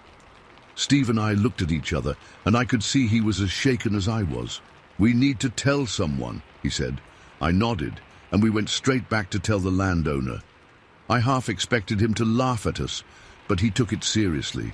Said there had been stories about something in these woods for generations, though most people dismissed them as tall tales. He called the wildlife officials, the Rapids Parish Sheriff's Office, and even contacted someone at the local newspaper. By that afternoon, there were several officials tramping around, looking at the tracks and taking measurements. They photographed everything and made plaster casts of the clearest prints. Some of the prints were almost 2 inches deep in the mud. Whatever made them was heavy. The wildlife officer said they were unusual, but wouldn't commit to saying what might have made them. The sheriff's deputy was more direct. He pulled me aside and asked if this was some kind of hoax. I looked him straight in the eye and told him what I'd seen. I think he believed me, or at least believed that I believed it. The newspaper ran a small story 2 days later, buried on page 6 with the headline, "Strange Tracks Found in Pineville Woods." They included one blurry photo of a footprint, but focused more on possible explanations: escaped exotic animals, bears with deformed paws, or local pranksters. They didn't mention that 2 grown men had actually seen the creature that made those tracks. In the weeks that followed, a few self-proclaimed experts came to the area, people who study Bigfoot or Sasquatch or whatever you want to call it. They interviewed me and Steve, examined the area where we'd seen the creature, and took their own photos of what remained of the tracks after rain had started to wash them away. I've replayed those encounters in my mind thousands of times over the years. I know what I saw. It wasn't a bear, it wasn't a person in a costume, and it certainly wasn't my imagination, especially since Steve saw it too. The logging company moved us to a different site after about a week. I think they were worried about the publicity, even though it was minimal. Steve and I continued working together, but we never talked much about what we'd seen. It was like this unspoken thing between us. We knew it happened, but discussing it just made it more real, more unsettling. I still work those woods around Pineville. 23 years later, and I've never seen anything like that creature again. Sometimes when I'm alone in a remote section, I'll catch myself scanning the tree line, wondering if it's watching me. I keep a camera in my truck now, just in case, though the batteries are probably dead from sitting unused for so long. I don't know what it was. Sasquatch, Bigfoot, some unknown species. I don't have those answers. All I know is what I saw with my own eyes on those 2 August days back in 2000. Something that shouldn't exist according to science, but was as real as the trees I cut down every day. And sometimes, when I'm near Flag Creek and the water's running high, I think about how it struggled to swim across, how it looked back at me from the other side. I wonder if it was as surprised to see me as I was to see it. I wonder if it's still out there somewhere in the deep woods, avoiding people, living a life we know nothing about. Story 9. I've kept this story to myself for way too long. For the longest time, I thought people would just laugh if I ever told them. I mean, who the hell would believe me anyway? But now I finally need to get this off my chest.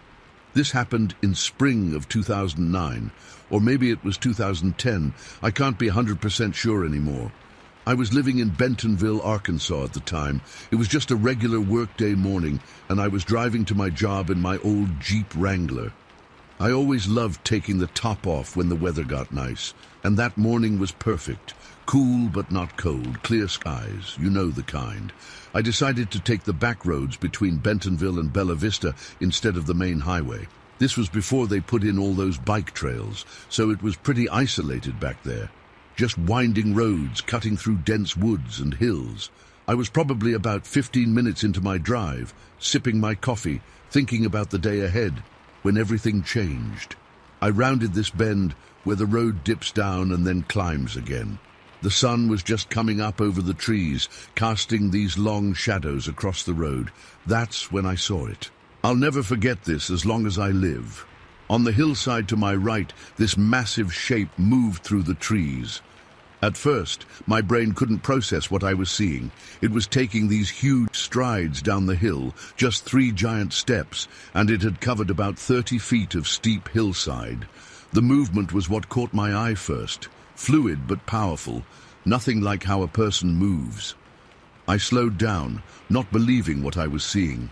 As I got closer, I could make out the shape better.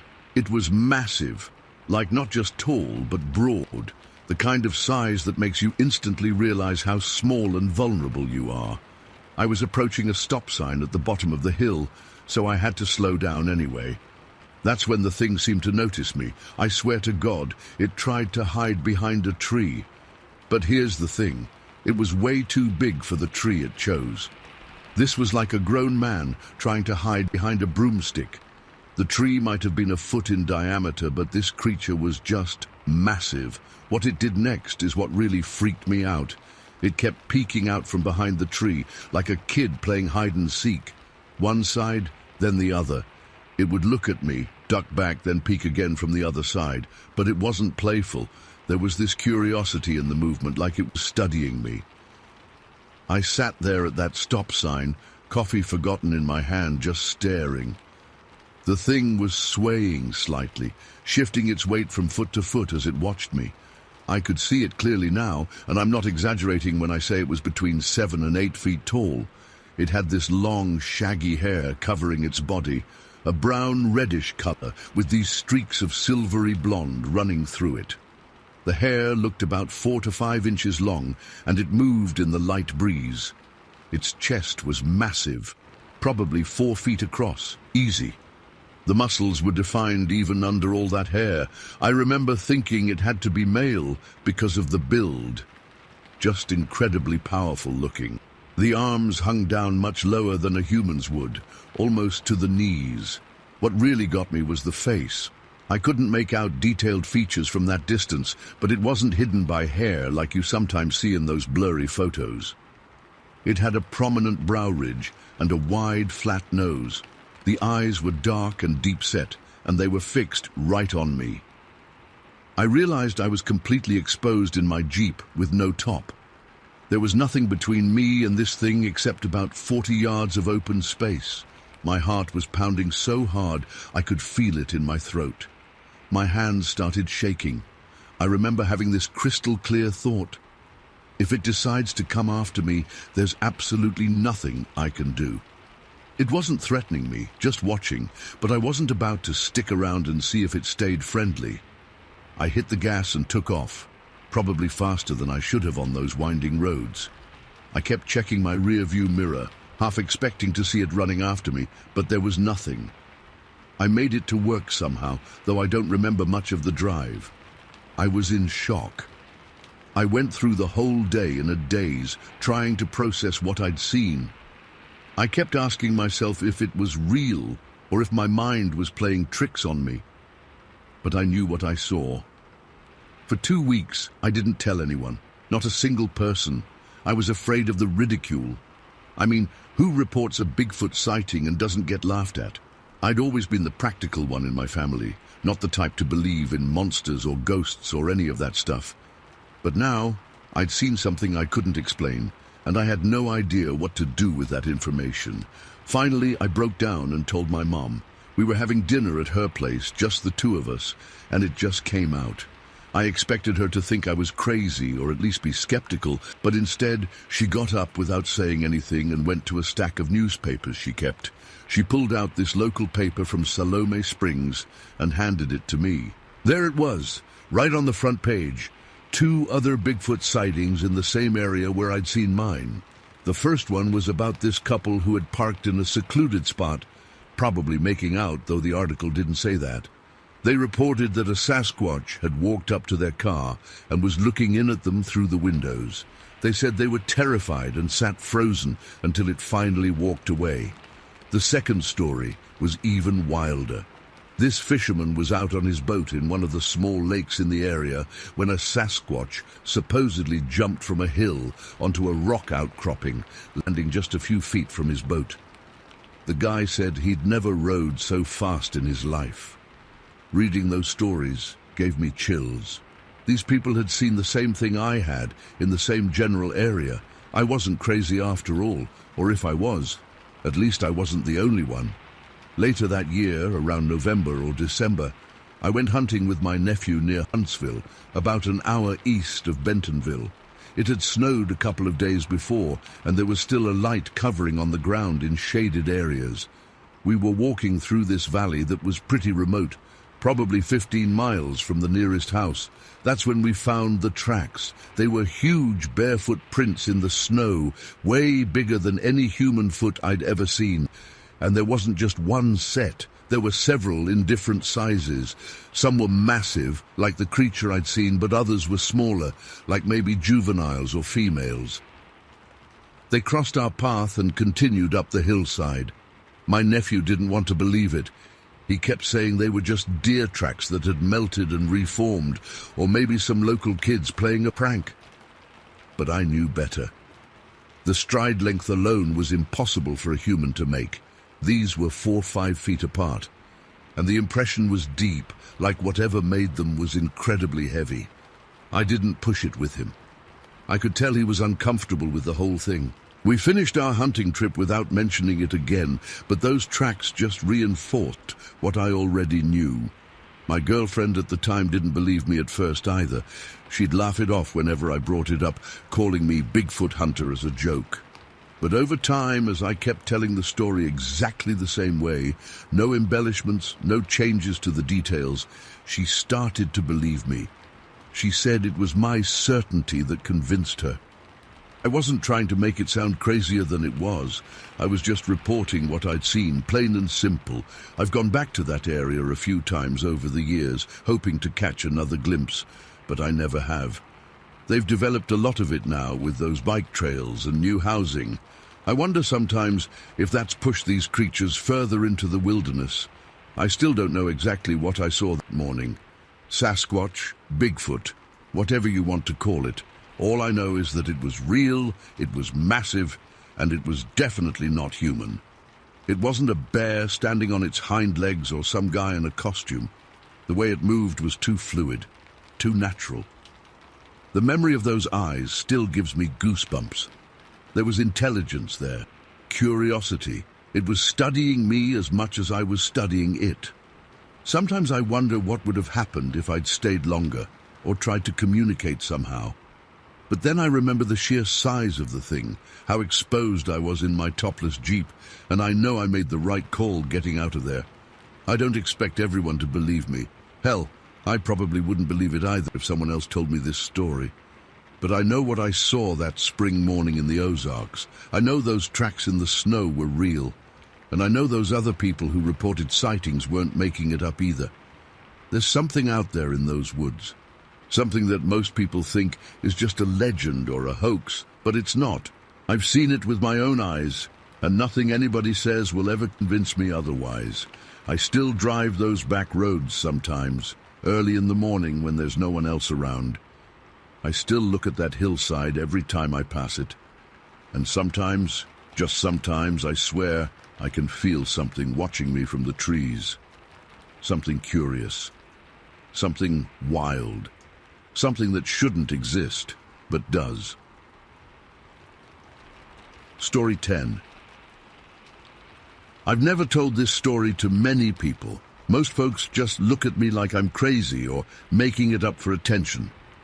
But it happened, and I've spent over 40 years trying to make sense of it. It was early October 1981, and I had just started my senior year of high school. I was 17, living with my parents in rural Benton County, Arkansas, and had landed a weekend job at a hardware store in Fayetteville to save up for college. The job was great, but the commute was a drag, 28 miles each way along Old Highway 68, which meant leaving the house by 5:30 a.m. to make my 7-month shift. That particular morning was chilly but clear. Fall was settling in, and there was that crisp smell in the air that only comes in October. I remember being extra tired because I'd stayed up late finishing a history paper. My dad had filled up my '73 Volkswagen Beetle the night before as a small kindness, knowing I was running on empty. That old car had seen better days. The heater barely worked, and the headlights were so dim they were almost useless, but it was mine, and I loved it. I'd made this drive so many times I could practically do it with my eyes closed. The route was mostly deserted that early in the morning, just me, the occasional trucker, and whatever wildlife was finishing up their night's activities before the sun came up. I knew every curve, every pothole, every landmark along the way. Around 5:45 a.m., I was approaching the Fairmont Road Bridge, a small concrete bridge that crosses over a creek feeding into Salome Springs. It's a spot where the road dips down a bit before climbing back up, and the trees hang close to the roadway. My headlights caught something moving near the side of the bridge, and I instinctively slowed down, thinking it was probably a deer. We hit one the year before in my mom's station wagon, and I wasn't looking to repeat that experience. But as I got closer, I realized it wasn't a deer. My first thought was that it was a large dog, or maybe a coyote. It was hunched down by the creek bank, scratching or digging at something in the ground. I remember tapping my brakes a little more, thinking that whatever it was might dart into the road. That's when everything changed. The thing stood up. My headlights hit it fully, and even with their weak glow, I could see clearly that this was no dog or coyote. It wasn't anything I'd ever seen before, except in tabloids or documentaries about the Pacific Northwest. It was covered in reddish-brown fur or hair, not as dark as you'd think, more like the color of those rust-colored autumn leaves. The fur was shaggy, but not matted or dirty-looking. What struck me most was its face. It had noticeably less hair there, with a lighter skin tone showing through. Not pink like a human's, but not dark either. Kind of a grayish tan. Its features were... I don't know how to describe them except to say they were a bizarre mix of human and ape, but not exactly either one. The height is what really got me. This thing was tall, I guess nearly 7 feet, though. It's hard to be exact, but it wasn't as bulky as I would have expected from all those Bigfoot stories. It was more lean, almost lanky, though definitely muscular. The proportions were all wrong for a human. Arms too long, torso shaped differently. When I hit the bridge, the hollow sound must have startled it as much as the headlights, because its head snapped up and it looked directly at me. I'll never forget that moment. Our eyes met through my windshield, and there was unmistakable intelligence there. Not animal awareness, but something conscious. It looked surprised to see me, and I was absolutely frozen with shock. I gripped the steering wheel so hard my knuckles went white. I didn't slam on the brakes. Somehow I just kept driving at the same slow pace, like my body was on autopilot while my mind was completely short-circuiting. I crossed that bridge, going maybe 10 miles an hour, and the whole time, that thing and I were staring at each other. As I passed, I couldn't help but glance in my rearview mirror. That's when I saw it move. It didn't lumber or shuffle like you'd expect something that size to move. It leaped up in one fluid motion and dashed across the road behind my car with these incredibly long, quick strides, not running on all fours like a gorilla might, but upright, like a person would run, just faster and more graceful than any human I've ever seen. Within seconds, it had disappeared into the woods on the other side. My entire body broke out in goosebumps, and I felt this wave of cold sweat wash over me. I stomped on the gas pedal, and that old beetle complained but picked up speed. My heart was hammering so hard, I could feel it in my throat. About a half-mile down the road, I pulled over. My hands were shaking so badly I could barely turn the key to shut off the engine. I sat there for what felt like forever, trying to process what I'd just seen.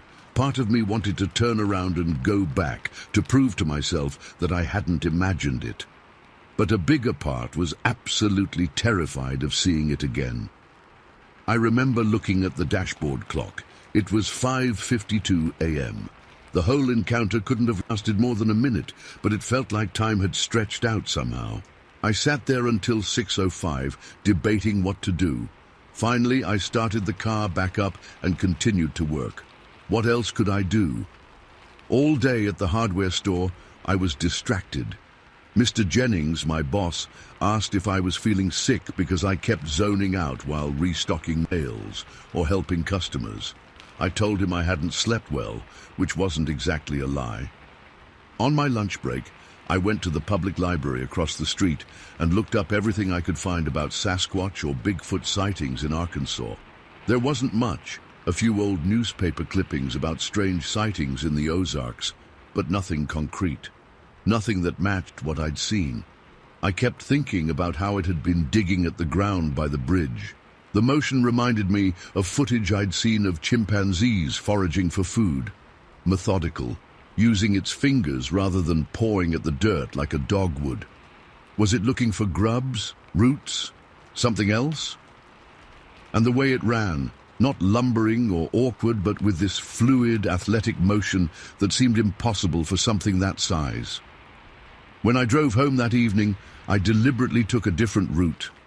A longer way that added about 20 minutes to my drive, but avoided that bridge. I told myself it was because I was tired, and the main highway was easier driving. But I knew I was lying to myself. Sunday morning, I had to go back to work.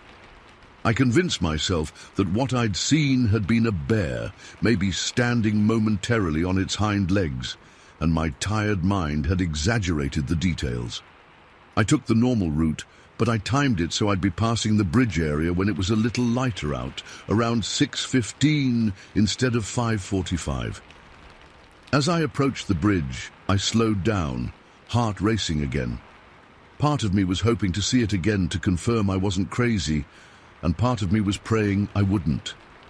The area was empty. I even pulled over briefly and looked around, but there was nothing unusual, just some disturbed earth near where the creature had been digging. Over the next few weekends, I kept taking that route, but I never saw it again. I became almost obsessed with looking for signs, broken branches, unusual tracks, anything that might prove what I'd seen was real. But there was nothing conclusive. I did tell my dad about it a few weeks later. He was the outdoorsy type, a hunter who knew the woods better than anyone. He didn't laugh at me or dismiss it outright, which I appreciated. He said there were always stories about strange things in the Ozarks, and while he'd never seen anything like what I described, he'd had hunting buddies who swore they'd encountered things they couldn't explain. That winter, after a particularly heavy snow, Dad and I went out to that area to check for tracks. We found some unusual indentations that were bigger than deer tracks, but not clearly defined enough to say what made them. Dad suggested it could have been a large black bear, but the stride length seemed off for that explanation. As the years went by, I did more research. I learned about reported Sasquatch sightings in Arkansas. They're not as common as in the Pacific Northwest, but they exist. Many describe creatures similar to what I saw: reddish-brown hair, tall but relatively slim build, surprisingly quick movements.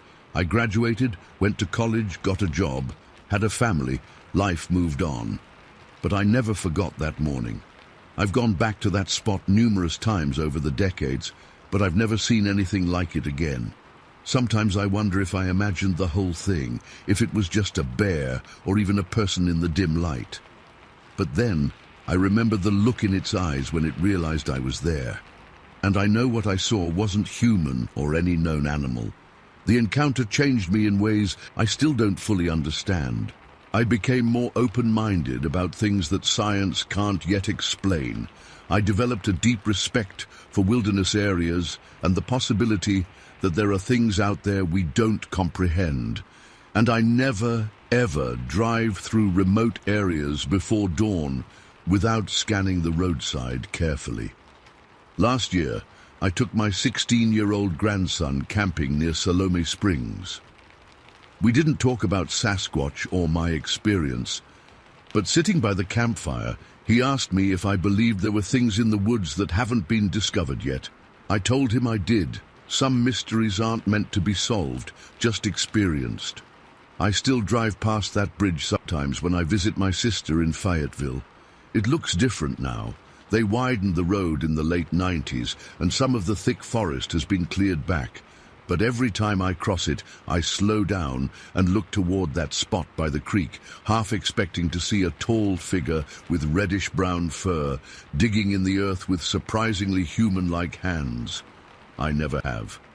But I know what I saw that October morning in 1981, and no amount of rational explanation has ever been able to convince me otherwise. Whatever it was, Sasquatch, Bigfoot, or something else entirely, it was real. And sometimes in dreams, I still see those intelligent eyes looking back at me through my windshield, seemingly as surprised to see me as I was to see it. Story 11. I've been sitting on this experience for 29 years now. I never thought I'd share it online, but after seeing so many accounts similar to mine, I figured it's time to get this off my chest. Maybe someone out there will believe me, unlike my so-called friends back then. It happened in spring of 1994. I was 22 years old, living in Benton County, Arkansas. Me and 4 buddies, Jason, Kyle, Derek, and Tim, were serious about our ATV riding on weekends. We'd saved up for decent machines and knew all the best trails in the Ozarks. That particular Saturday in April started like any other ride day. The weather was perfect, about 65 degrees, blue skies, with that fresh spring smell in the air. We loaded up our ATVs in the morning and headed to Posey Mountain, one of our regular spots with miles of forest trails. Nothing felt different about that day. We'd packed sandwiches, plenty of water, and enough beer for after the ride. Never during, that was our rule. I remember wearing my favorite red flannel over a white t-shirt, jeans, and my worn-out hiking boots. We hit the trails around 1 p.m. For hours, everything was normal. Just us tearing through muddy paths, climbing hills, and breathing in that earthy forest air. I was always the leader of our group. Not because I was the best rider or anything, but I knew the trails better than the others and had the most powerful ATV, a Yamaha that could handle pretty much anything. The sun was starting to get low, probably around 6:30 p.m. We'd been riding for over 5 hours, and I knew we should start heading back soon. We were on a winding trail that I remembered connected to an old logging road, which would lead us straight back to where we'd parked. I came around a bend and started descending a fairly steep hill. The others were about 30 seconds behind me. I could hear their engines in the distance. At the bottom of the hill was the dirt road I was looking for. I pulled up and killed my engine, planning to wait for the others so I could point out which way to go. That's when it happened. With my engine off, the woods suddenly felt really quiet, just the distant sound of my friends' ATVs and birds calling to each other as sunset approached. I was facing the road, which cut through the forest. On the other side, maybe 150 feet away, was dense tree line. The sun was getting low behind those trees, creating this weird dappled light effect, bright beams breaking through the branches and leaves. At first, I was just taking in the view, thinking about how hungry I was and how good that beer would taste when we got back to the trucks. Then something moved at the edge of the trees. My first thought was deer, since they're everywhere in those woods, especially around dusk. But this wasn't a deer, not even close. What stepped out from between 2 large oak trees was way too big and walking on 2 legs. It moved with these huge, smooth strides, nothing like a bear lumbering around. Bears can stand up, sure, but they don't walk like humans for any distance. This thing was walking upright as naturally as you or me. I froze, completely froze. My heart felt like it stopped for a second, then started hammering so hard I could feel it in my throat. I couldn't even swallow. Because of the backlighting from the sunset, I couldn't make out colors well. It was mostly a dark silhouette against the golden orange light. But the shape was unmistakable. It was tall, I'm 6'1", and this thing had to be at least 7 or 8 feet. The proportions were wrong for a human, though. The arms hung lower, and the shoulders were massive, like impossibly broad. It seemed to be reaching up into the lower branches of a tree, almost casually, like someone picking apples. I don't know what it was grabbing, maybe berries or something, but the way it moved was so deliberate, so aware, not random or animal-like.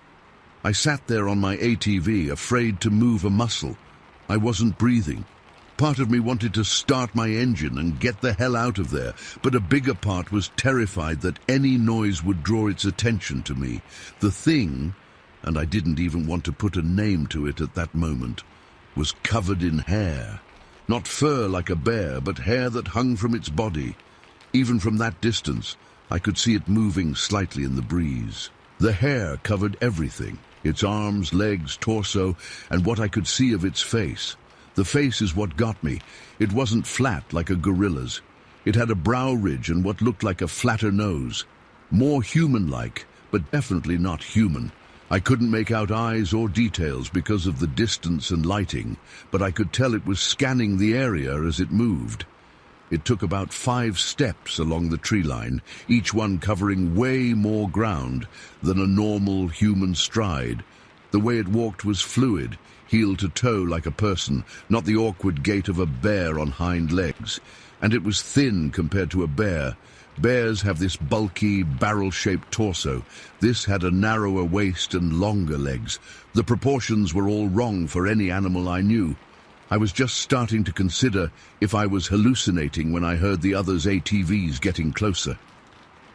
The sound made the creature turn its head sharply. It paused for maybe 2 seconds, then turned and walked smoothly up over the crest of the hill on the other side of the road. Not running, not panicked, just deliberately removing itself from the situation. By the time my friends pulled up next to me, it was gone. "Dude, why'd you stop? Something wrong with your ride?" Jason asked, pulling off his helmet. My mouth was dry as sandpaper. I just saw something. Over there." I pointed across the road. "What, a deer?" Kyle asked, scanning the tree line. "No, something big, walking on 2 legs." My voice sounded weird, even to me. Tim laughed. "A bear?" "No, man, it wasn't a bear. It was walking upright the whole time, like naturally walking. It had to be 8 feet tall." They all looked at me, then at each other. Derek snorted. "So what, Bigfoot?" I didn't answer right away. The word seemed ridiculous, something from tabloids and bad TV shows. But what else could I call it? "I'm serious," I said. "It was right there. It was reaching into that tree. Then it walked along the edge of the woods. When it heard you guys coming, it went up over that hill." Jason was looking at me like I'd lost my mind. "Mike, come on. You're messing with us, right?" "No, I swear to God. Look, let's go over there. Maybe we can see tracks or something." Reluctantly, they followed me across the road. The sun was getting lower now, and shadows were stretching across the ground. We walked to where I'd seen it, but the ground was covered in leaves and pine needles, not great for showing footprints. "It was right here," I insisted, pointing to the tree. "It was reaching up into these branches." Kyle looked up. "For what? Sasquatch snacks?" They all laughed, and I felt my face getting hot. "Look, I know what I saw. It wasn't a bear, it wasn't a guy in a costume, and it sure as hell wasn't nothing." All right, Jason said, clearly humoring me. "So Bigfoot was here. Now can we head back? It's getting dark." We got back on our ATVs and rode to the trucks. The whole way back, I kept scanning the woods, half afraid and half hoping to see it again so I could prove I wasn't crazy. At the trucks, while loading up, Tim handed me a beer. "So, Mike, tell us more about your Sasquatch." I knew they were just going to keep making fun of me, but I tried one more time. It was covered in hair, like everywhere, even its face. But it wasn't like fur, more like long hair that moved in the wind, and it walked like a person, heel to toe, not like an animal at all. Derek took a swig of his beer. Maybe it was just some homeless dude. They can get pretty hairy. An 8-foot homeless guy? Come on. Well, what do you expect us to think? None of us saw anything. I stopped trying after that. We drove home mostly in silence, me replaying what I'd seen over and over in my head. I kept thinking about details, how its knees bent like a person's, how smoothly it moved for something so large, how deliberately it had removed itself when it heard the engines getting closer. That night, I couldn't sleep. I kept seeing that silhouette against the sunset.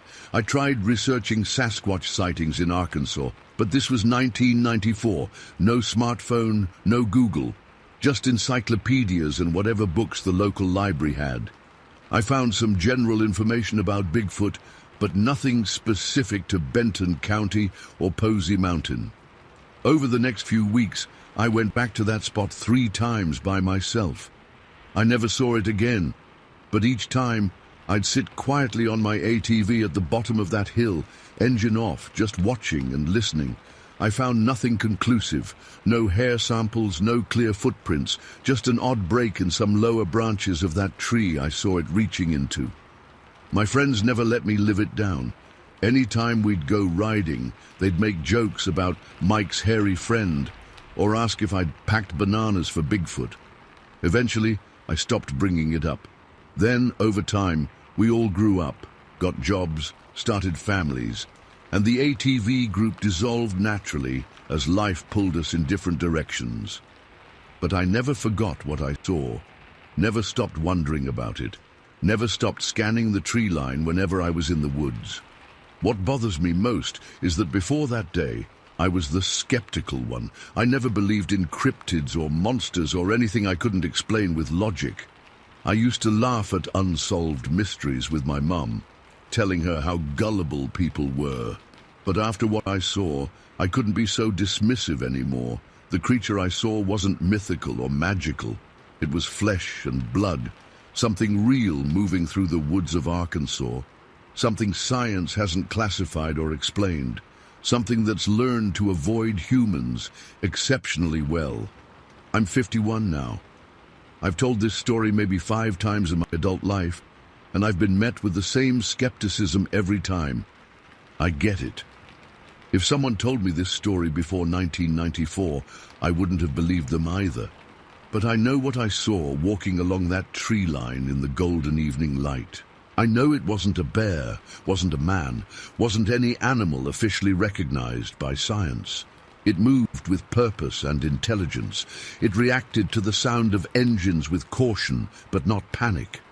What haunts me most isn't fear of the creature.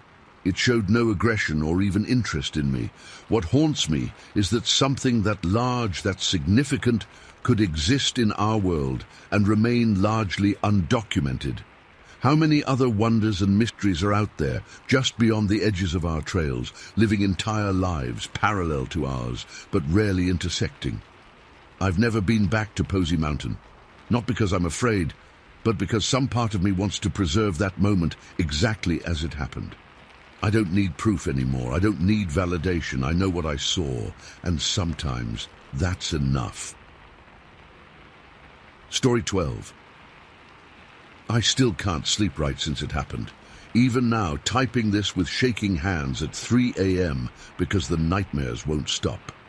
I need to get this out somewhere people might actually believe me.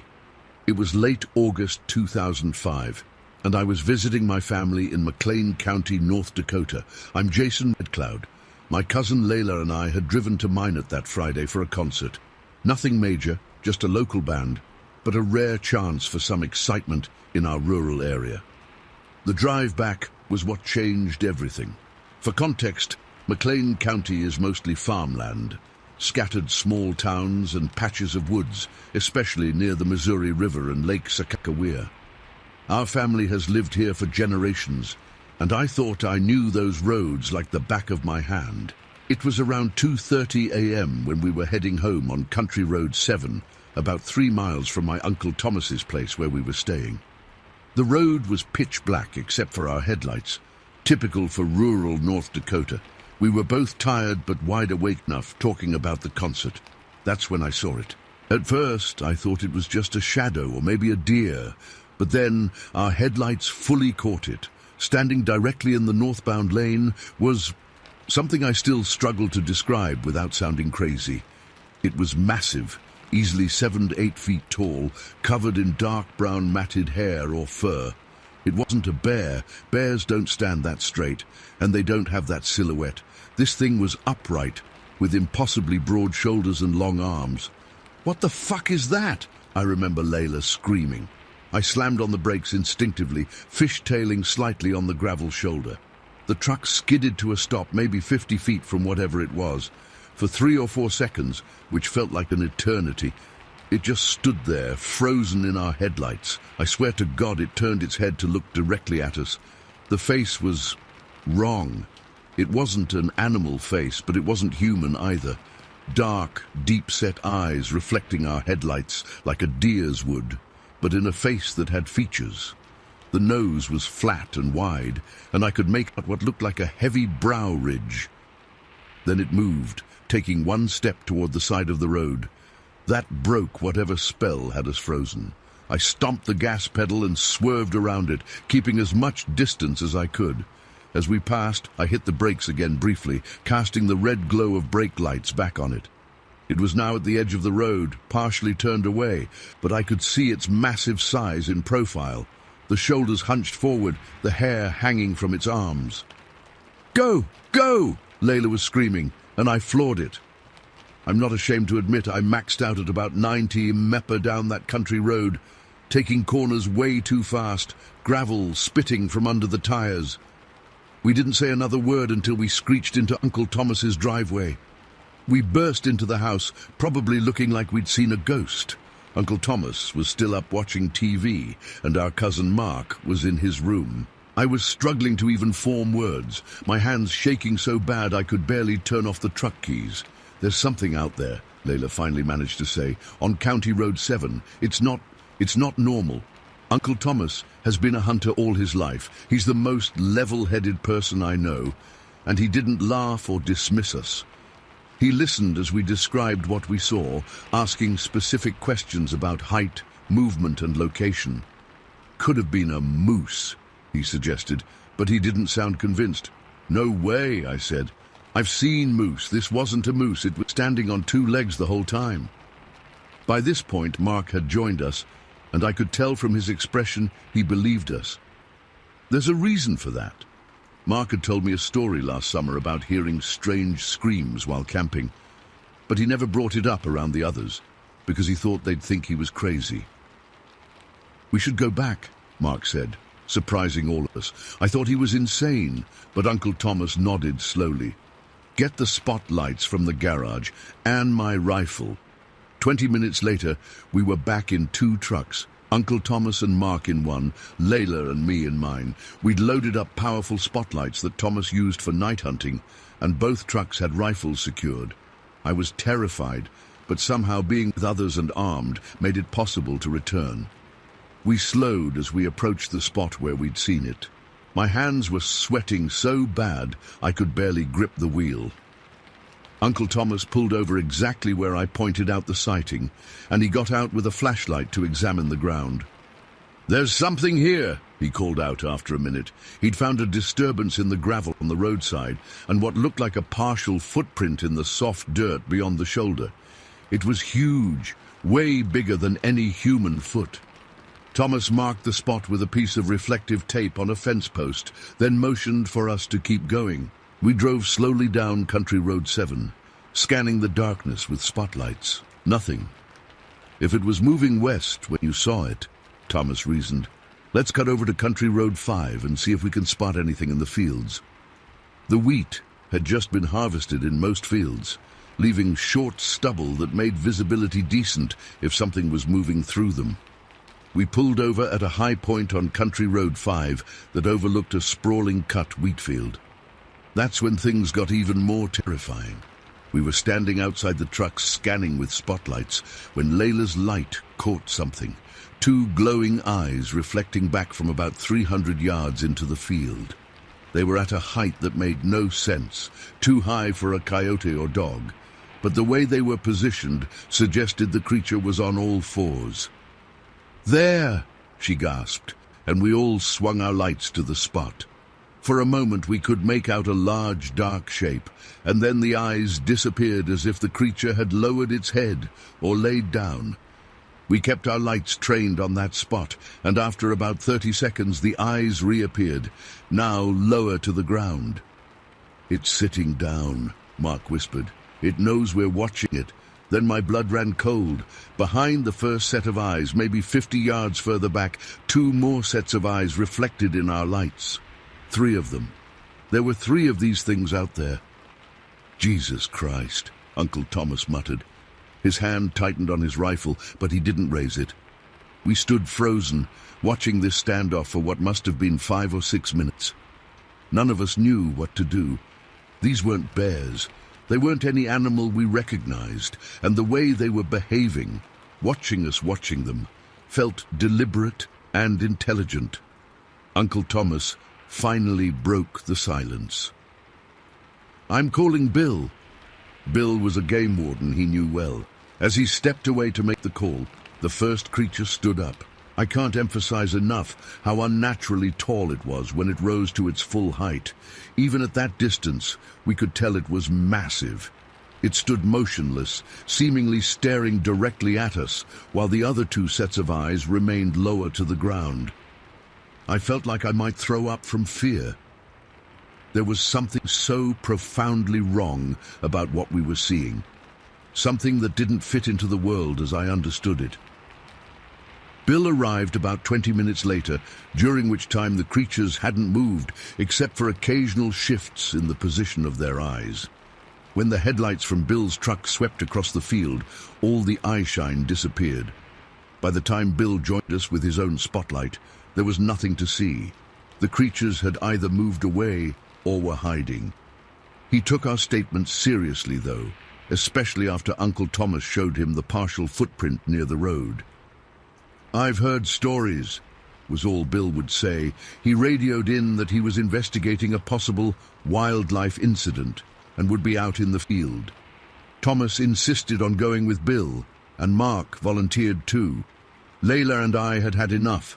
We were completely terrified and headed back to the house. I've never been so happy to be indoors in my life.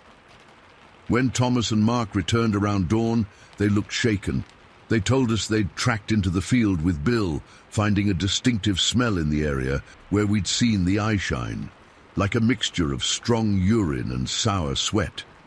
Bill had recognized it immediately, but wouldn't elaborate, just saying he'd encountered it before. The most disturbing part came when they tried calling out to the creatures. Thomas had suggested trying to howl, something between a wolf howl and a deep bellow. After their 3rd attempt, they got a response, a faint but unmistakable bellow from about a mile southwest. Thomas said the sound made the hair on his arms stand up. "The quiet was what really got to me," Mark added. "While we were out there, we realized there were no sounds at all, no crickets, no nightbirds. Everything was silent except for that response." We barely slept that day, taking turns keeping watch even though it was daylight. By afternoon, curiosity overcame fear, and we decided to go back out, all of us this time in broad daylight, armed, and in a group. We returned to the field and found something that still gives me nightmares. Starting near where we'd seen the first creature, we discovered footprints, massive 15.5-inch footprints, about 6 inches wide with 5 distinct toes. They were pressed deep into the soil, suggesting whatever made them was incredibly heavy. We followed the tracks eastward through the wheat stubble.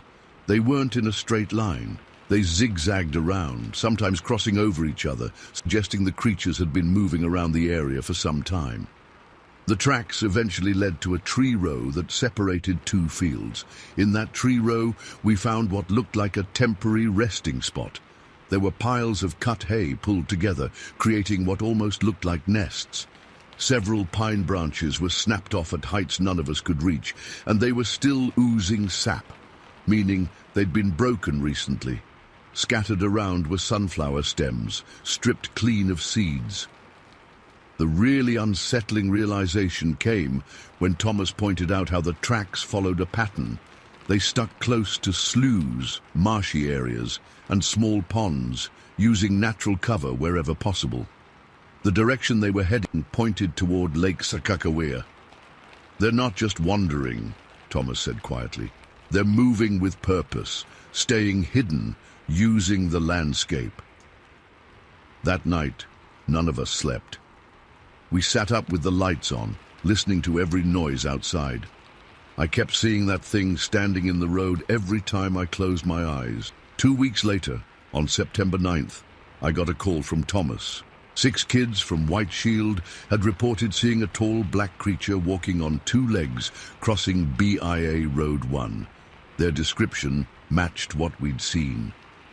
Over the next few months, reports kept coming in from around the county. Strange vocalizations at night, wood-knocking sounds from the forests, more footprints of different sizes found near streams and wooded areas. Most people kept quiet about their experiences, not wanting to be labeled as crazy, but word spread among those who'd seen something. I left to go back to college in Minnesota a week after our encounter, but I haven't been the same since. I can't go hiking anymore. I can't camp. Every time I visit my family, I refuse to drive those roads at night. I know what we saw wasn't a bear, wasn't a person in a suit, wasn't any known animal. The locals have a name for them, though no one says it out loud much. Sasquatch, Bigfoot, whatever you want to call them. All I know is they're out there. They're intelligent, they move with purpose, and sometimes when they want to, they let themselves be seen. I still wake up in cold sweats, feeling like I'm being watched through my bedroom window, and whenever I visit home, I never ever drive on Country Road 7 after dark. Story 13. I've never really talked about this publicly before. My brother Samuel and I finally discussed it recently after almost 40 years of silence, and I realized I need to get this off my chest. I don't expect anyone to believe me, but I know what I saw that day in 1982. I was 10 years old, and we were living in this super rural part of Humboldt County, California, outside of Eureka on Old Hanson Road. Our house was basically surrounded by forest, massive redwoods, thick undergrowth, the works. The kind of place where you could walk for hours and not see another human being. That summer, my older brother Samuel, 11, and our friend David would spend pretty much every day exploring the woods around our property. Our parents both worked long hours, and this was before helicopter parenting was a thing, so as long as we made it home by dinner, nobody really asked questions about where we'd been all day. It was early August, hot as hell, and we'd gone down to this creek about a mile from our house to fish. We didn't catch much, a couple of small trout that we threw back, but we spent hours just messing around, building a small dam with rocks and splashing in the shallow parts. Around mid-afternoon, we got bored of fishing and decided to explore a bit further out than we usually did. We found this old logging trail that cut through the forest, not much more than a dirt path, really, with tire tracks from logging trucks that probably hadn't been through in years. Samuel, being the oldest, led the way, with David and me following behind. I remember everything about that trail, the way the sunlight filtered through the trees in these weird, spotty patterns, the smell of pine and dirt, the absolute quiet except for our footsteps and the occasional bird. It was peaceful, but something about it made me uneasy, even before anything happened. We'd been walking about 15 minutes when Samuel suddenly stopped. At first I thought he'd seen a deer or something cool, but then I noticed how tense his shoulders were. "Did you guys hear that?" he whispered. I hadn't heard anything, but then there was this rustling sound from across the road, in the trees on the other side. At first we thought it might be a deer, or maybe even a bear. Bears weren't super common in that area, but they weren't unheard of either. The three of us huddled together, and Samuel picked up a stick, like that would have done anything. The rustling got louder, and then I still get goosebumps thinking about it. This thing stepped partially out from behind a massive redwood across the logging road. It wasn't a bear. It wasn't anything I could identify. It was huge, easily 7 feet tall, maybe taller. It had this reddish-brown hair covering its entire body. Not fur exactly, more like long human hair but everywhere, and it was standing upright on 2 legs. For a split second nobody moved. Not us, not the creature. It was just staring at us, and we were staring back. I couldn't make out its face clearly. It was partially shadowed by the trees, and honestly, I think my brain just couldn't process what I was seeing. But I remember its mass, its presence. It was massive through the chest and shoulders, like a bodybuilder, but proportionally wrong somehow. David was the first to break. He let out this weird, choked sound, not even a proper scream, and then just took off, running back down the trail toward home. Samuel grabbed my arm and yanked me, and suddenly we were all running. Here's the part that still gives me nightmares. As we ran, I kept glancing back over my shoulder, and the thing was pacing us. Not chasing exactly. It stayed on its side of the logging road, moving through the trees parallel to the trail we were on. But it was keeping up with us easily, even though we were sprinting as fast as our legs could carry us. And sometimes, this is what really messed me up, sometimes it would get ahead of us. It moved so fast through the dense undergrowth that it would overtake us, stop, and then just watch as we ran past. Then it would fall in behind us again, like it was playing with us or studying us. I remember the sound of its movement, not like a person crashing through brush, but something more fluid, like it knew exactly how to move through the forest without making much noise despite its size. Just occasional snaps of branches and a weird, heavy breathing sound that carried through the trees. We ran until our lungs burned. Samuel was ahead of me, David a few yards in front of him. I was falling behind, my shorter legs unable to keep up. At one point I tripped on a root and went sprawling onto the dirt trail. I scraped my hands and knees pretty bad, but the pain didn't even register. All I could think was that the thing was going to get me. I scrambled to my feet, and when I looked across the road, it was standing there, maybe 50 feet away, completely still, just watching. I swear it tilted its head slightly, like it was curious. I still couldn't see its face clearly, but I had the overwhelming sense it was studying me specifically. Samuel realized I'd fallen and came back for me. He grabbed my arm so hard it left fingerprint bruises and practically dragged me forward. "Don't look at it," he hissed. "Just run." The whole time this thing followed us, it never once crossed the logging road. It's like there was some invisible boundary it wouldn't or couldn't cross. But it stayed with us nearly the entire way back, occasionally overtaking us, stopping, watching, then continuing to follow. When we finally reached the clearing at Old Man Hansen's property, about a quarter mile from our house, we stopped and looked back. The creature was gone, just vanished. The tree line was empty. We stood there gasping for breath, waiting to see if it would reappear, but there was nothing. David was crying silently. Samuel's face was white as a sheet. My knees were bleeding from when I fell, and I hadn't even noticed until that moment. What was that?" David finally managed to say. Samuel shook his head. "We don't tell anyone about this," he said firmly. "They'll think we're making it up." We agreed, and we never spoke about it again. Not to each other, not to anyone. I think we were afraid that talking about it would make it more real somehow. The weeks after were awful. I couldn't sleep. Every time I closed my eyes, I saw that thing watching me from between the trees. I refused to go into the backyard if it was getting dark. My parents thought I was just going through a phase. I had nightmares for months. In them, I was alone in those woods, and the creature wasn't staying on its side of the road anymore. In the dreams, it would cross over, its movement unnaturally smooth, and I could never run fast enough. As I got older, I convinced myself it had been our imaginations. 3 kids alone in the woods, scaring themselves. Maybe we saw a bear standing on its hind legs, and our frightened minds transformed it into something more sinister. I got pretty good at explaining it away, and eventually the memory faded like memories do. We moved away from Humboldt County when I was 13. Samuel and I grew up, went to different colleges, built separate lives. We'd see each other at holidays, but we never brought up that day in the woods.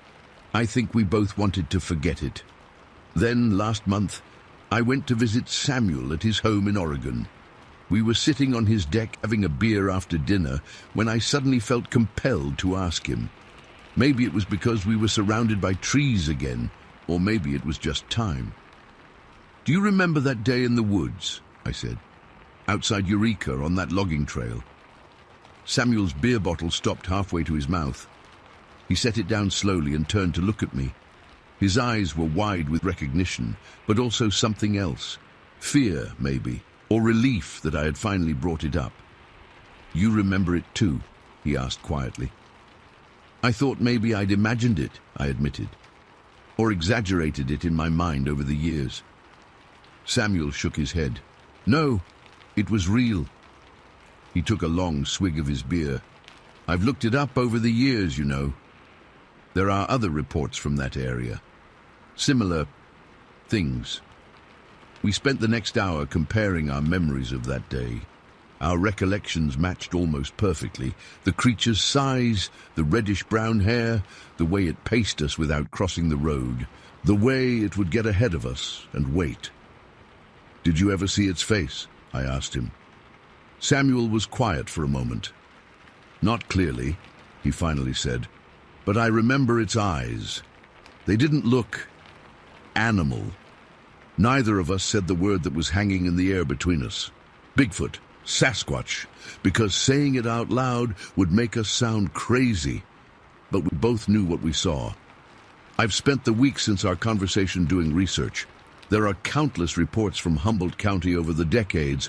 The dense forests there are supposedly prime habitat for these creatures. Some of the details in other people's encounters are eerily similar to ours. The curiosity without aggression, the pacing behavior, the sense of being studied rather than hunted. I still can't explain what happened that day, why it followed us but never tried to hurt us, why it stayed on its side of the road, what it wanted. Sometimes I wonder if it's still there, in those woods, watching other hikers or children who wander too far from home. I wonder if it remembers us as clearly as we remember it. All I know for certain is that something was in those woods with us that day, something massive, powerful, and intelligent enough to make me question everything I thought I knew about what exists in the wild places of this world. Something that could have caught us easily if it wanted to, but instead seemed content to observe from a distance. I haven't been back to Humboldt County since we moved away. I'm not sure I ever could go back now. Some part of me is still running down that logging trail, feeling those eyes on my back, wondering what would have happened if it had decided to cross the road. Story 14.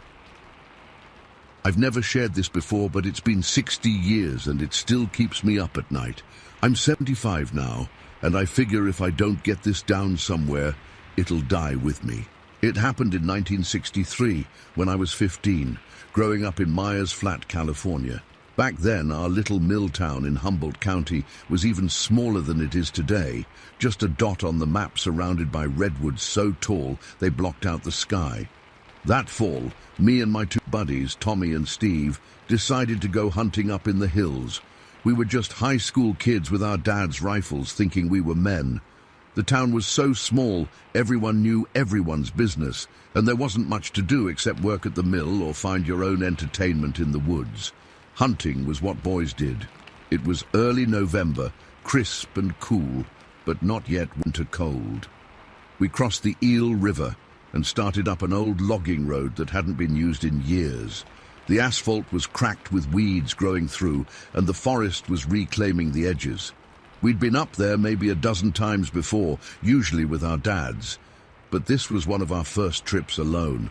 We'd been hiking about 2 miles up the mountain, Tommy complaining the whole way about his new boots giving him blisters. Steve kept telling him to shut up, or he'd scare away every deer in the county. I was getting tired of listening to them bicker, so I decided to mess with them a little. "I'm gonna scout ahead," I said, picking up my pace. "You guys catch up when Tommy's done crying about his feet." "Screw you, Jackson," Tommy called after me, but I was already moving up the trail. I walked about a 1/4 mile ahead of them, just far enough that I couldn't hear their voices anymore. The plan was simple and stupid: hide off the trail and jump out to scare them when they walked by. The kind of dumb prank teenage boys have been pulling since the beginning of time. The trail curved around some rock formations, and I spotted a perfect hiding spot. There was a small cliff face with some natural steps you could climb, leading to a flat area covered in huckleberry bushes. I'd been up there before with my dad when we were picking berries in the summer. The bushes were thick enough to hide me, but I'd still be able to see the trail. I climbed up, maybe 15 feet above the trail, positioning myself in a small hollow among the huckleberry bushes. The berries were mostly gone that time of year, but the bushes were still thick with leaves. I laid my rifle down beside me and got comfortable, figuring I'd have to wait a good 10 minutes for them to catch up. At first, I could hear them in the distance, their voices carrying through the trees, even though I couldn't make out the words. Then they must have stopped to rest or something, because everything went quiet. Really quiet. You know how sometimes the forest just seems to hold its breath? It was like that. I remember noticing how the birds had stopped chirping. At the time, I figured it was because I was there, an intruder in their space. Now I know better. That's when I first noticed the smell. I grew up in those woods, so I knew all the normal forest smells. The sweet decay of fallen leaves, the sharp tang of pine sap, the mushroomy scent of damp earth. This wasn't any of those. This was wrong, like wet dog mixed with something rotten, but not quite either of those things. The closest I can describe it is the time our neighbor's cow died during a heat wave and wasn't found for days, but even that's not quite it. The smell came in waves, carried on the breeze that was blowing from behind me, further up the mountain. At first it was just unpleasant, and I wrinkled my nose thinking maybe something had died nearby. But then it got stronger, and I started to feel uneasy. I sat up straighter, suddenly aware of how quiet it had gotten.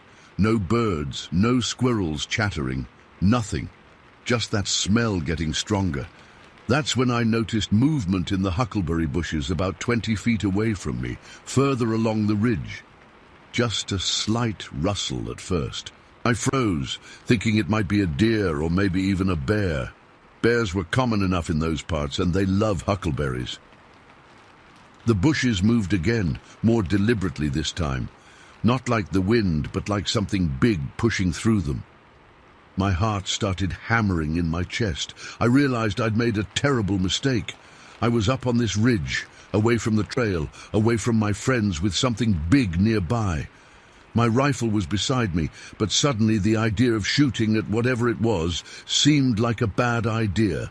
What if I just wounded it? What if it was a bear and I made it angry? I decided right then that I needed to get back to the trail, back to my friends. Slowly, carefully, I started to stand up, trying not to make any sudden movements. That's when it stood up too.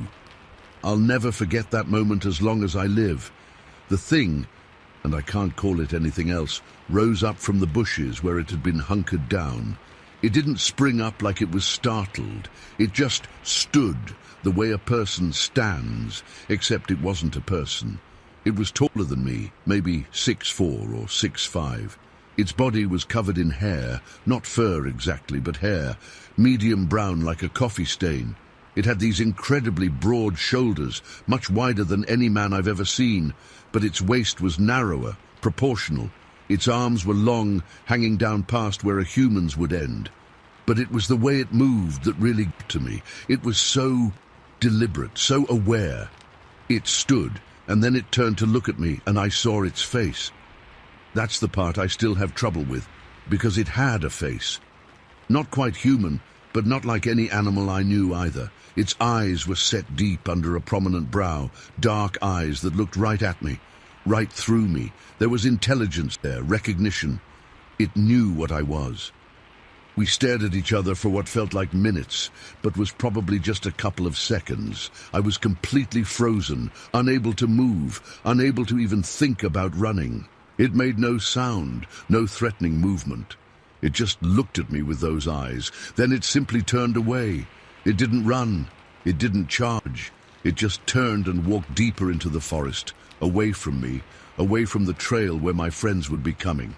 It moved through the underbrush with an ease that no human could match. I could hear small trees snapping as it pushed through them, the crunch of dry leaves and sticks under its feet. As soon as it turned away, the spell broke and sheer panic took over. I grabbed my rifle and practically tumbled down from that ridge, scraping my hands and knees on the rocks, not even feeling the pain. I hit the trail and started running back toward my friends, my feet barely touching the ground. I ran headlong into them as they came around a bend in the trail. Steve caught me by the shoulders, keeping us both from falling over. "Whoa, Jackson! What the hell, man?" He steadied me, genuine concern on his face. I was gasping for breath, trying to form words. There's something up there." I finally managed to get out. Tommy laughed nervously. "What? You try to scare us and end up scaring yourself? Did a squirrel jump out at you?" "No," I said, still trying to catch my breath. "It was big, really big, standing on two legs." Steve's expression changed. "A bear? You saw a bear?" I shook my head. "Not a bear. It looked at me. It saw me, and then it just walked away." They exchanged glances, the kind that said they thought I was either playing a prank or losing my mind. "Come on," I said, starting to get control of myself. "I'll show you." Part of me hoped they'd refuse, that we'd all just head back down the mountain. But of course, they were teenage boys too, and the idea of seeing something strange was too tempting to pass up. We went back to where I'd been hiding, me leading the way, but moving much more cautiously now. I pointed out the ridge where I'd been sitting, and then the spot where the thing had stood up. "It was right there in those bushes," I said, pointing. Tommy and Steve moved closer to investigate. The bushes were disturbed, that was obvious. The branches were broken in places, and there was a flattened area where something large had clearly been sitting or squatting.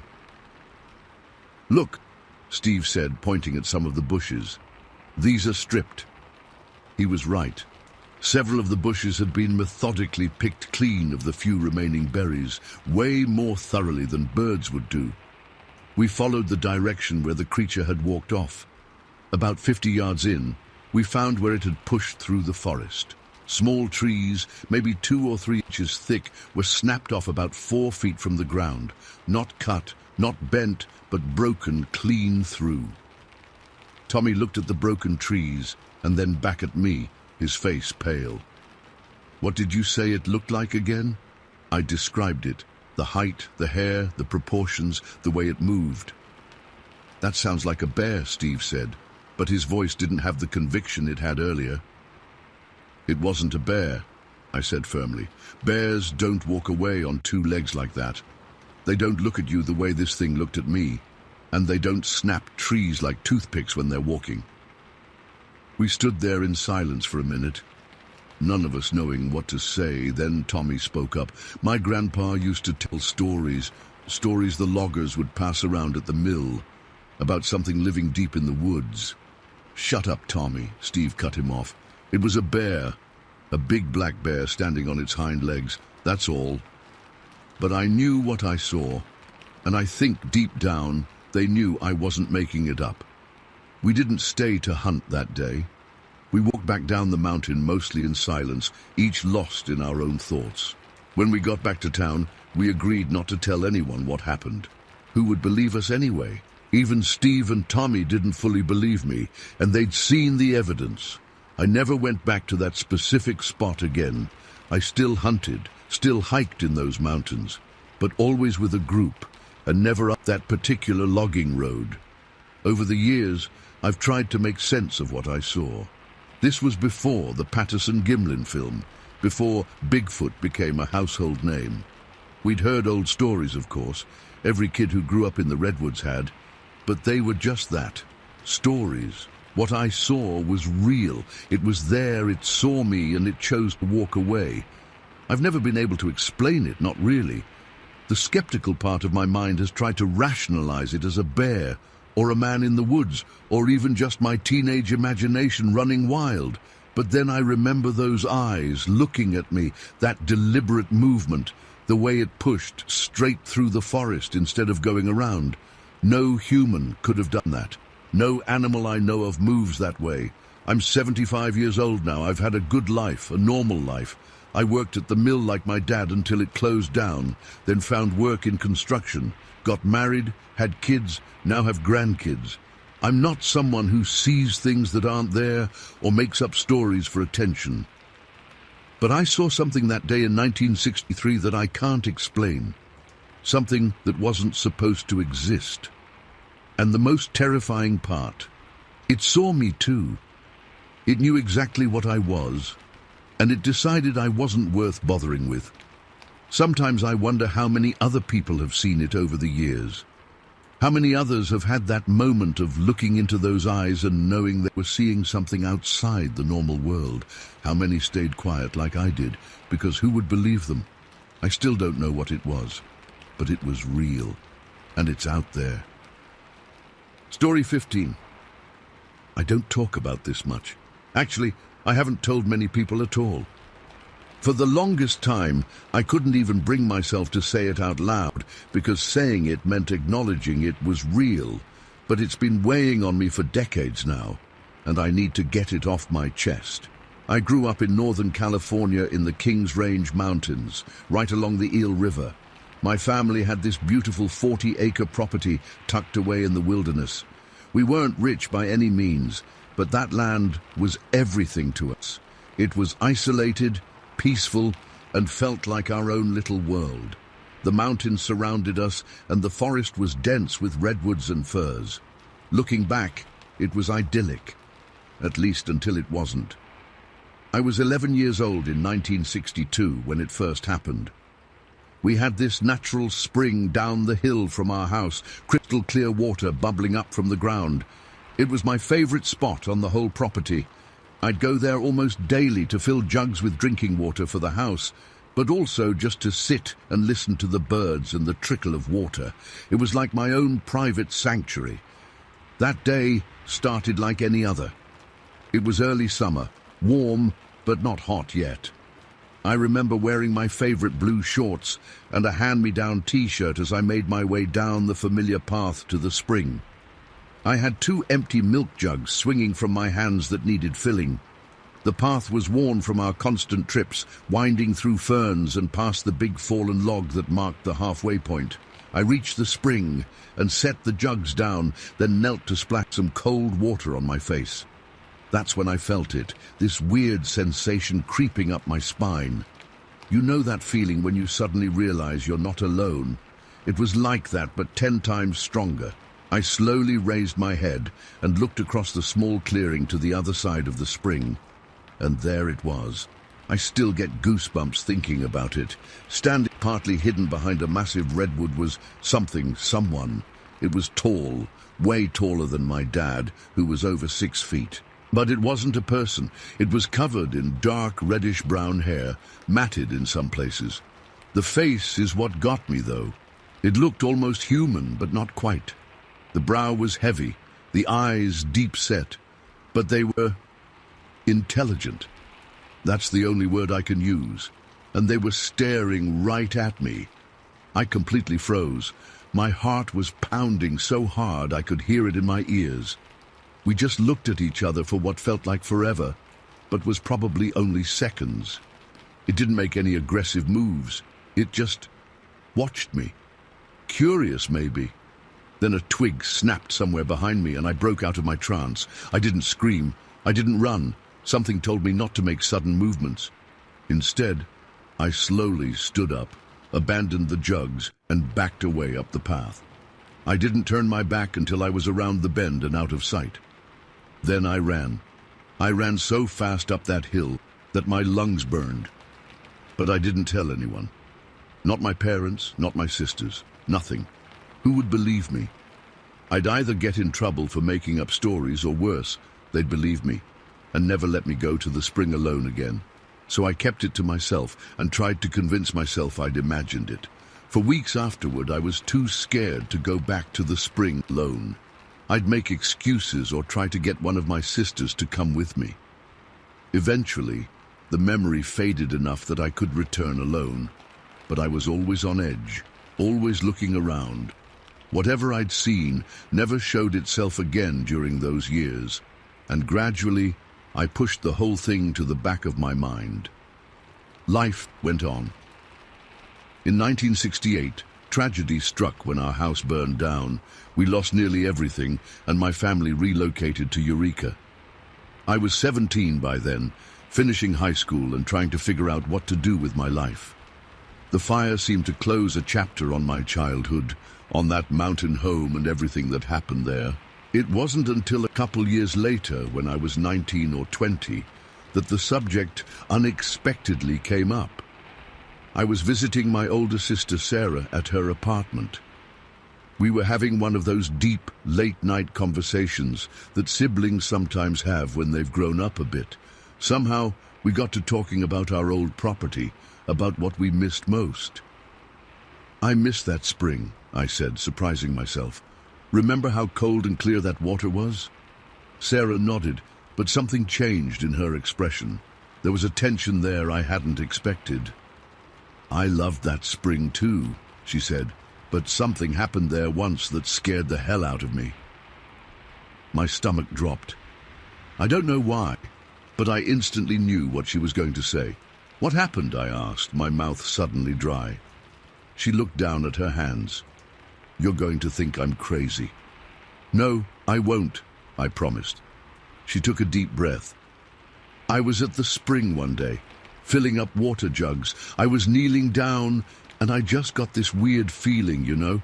And when I looked up, there was this creature standing on the big log above the spring, looking down at me." My blood ran cold. I could barely get the words out. "What did it look like?" "Like an ape, I guess, but bigger, walking on two legs, covered in reddish-brown hair. But its eyes—" She shuddered. "They weren't animal eyes. They were too aware." I started crying then. I couldn't help it. Sarah looked alarmed, confused by my reaction until I told her my own story. We sat there in shock, holding each other's hands so tight our knuckles were white. She'd seen it too, in the same place. It wasn't my imagination. "Did you ever tell Mom and Dad?" I asked. She shook her head. Who would believe something like that? That conversation changed something for me, validated an experience I'd been doubting for years. But life went on. I got married young, had my son Billy when I was 20, and divorced his father when Billy was just a baby. It was a tough time. Then, in 1972, when Billy was about 3, I made a decision that seemed right at the time, but now feels like the biggest mistake of my life. I moved back to our old property. The actual house was gone, of course, but the land was still in our family. I built a small cabin near where our house had been. It was nothing fancy. One main room with a wood stove, a tiny bedroom for Billy, and a loft where I slept. No electricity, no running water, except what we hauled up from the spring. It was a hard life in some ways, but also peaceful. I wanted to raise Billy away from the chaos of the city, in nature, like I'd grown up. For the first few months, everything was fine. Great, even. Billy loved the freedom of the forest. We'd spend our days exploring, gathering firewood, tending our small garden. I'd tell him stories about growing up there, though I never mentioned what I'd seen at the spring. That summer, we had a couple friends staying with us. Amy, my friend from high school, and her boyfriend Rich. Having them around made everything feel normal, safe. But as summer turned to fall, Amy and Rich decided to head back to town before the winter weather made the roads impassable. I wasn't worried about being alone with Billy. I'd grown up there after all. I knew how to handle the isolation. The day they left was October 10th. I remember because it was unusually warm for October, almost like summer was trying to hang on for one more day. We waved goodbye as their truck disappeared down our long dirt driveway, and then it was just me and Billy. We spent the afternoon picking the last of the tomatoes from our garden and bringing in firewood for the night. As the sun started to set, I built a small fire in the fire pit outside our cabin. Billy and I sat there eating our dinner, watching the flames dance. It was so quiet and peaceful. I remember thinking how lucky we were to have this place. That's when I noticed the silence. At first, it didn't register as strange, but then I realized there were no birds calling, no crickets chirping, nothing. The forest had gone completely, unnaturally silent.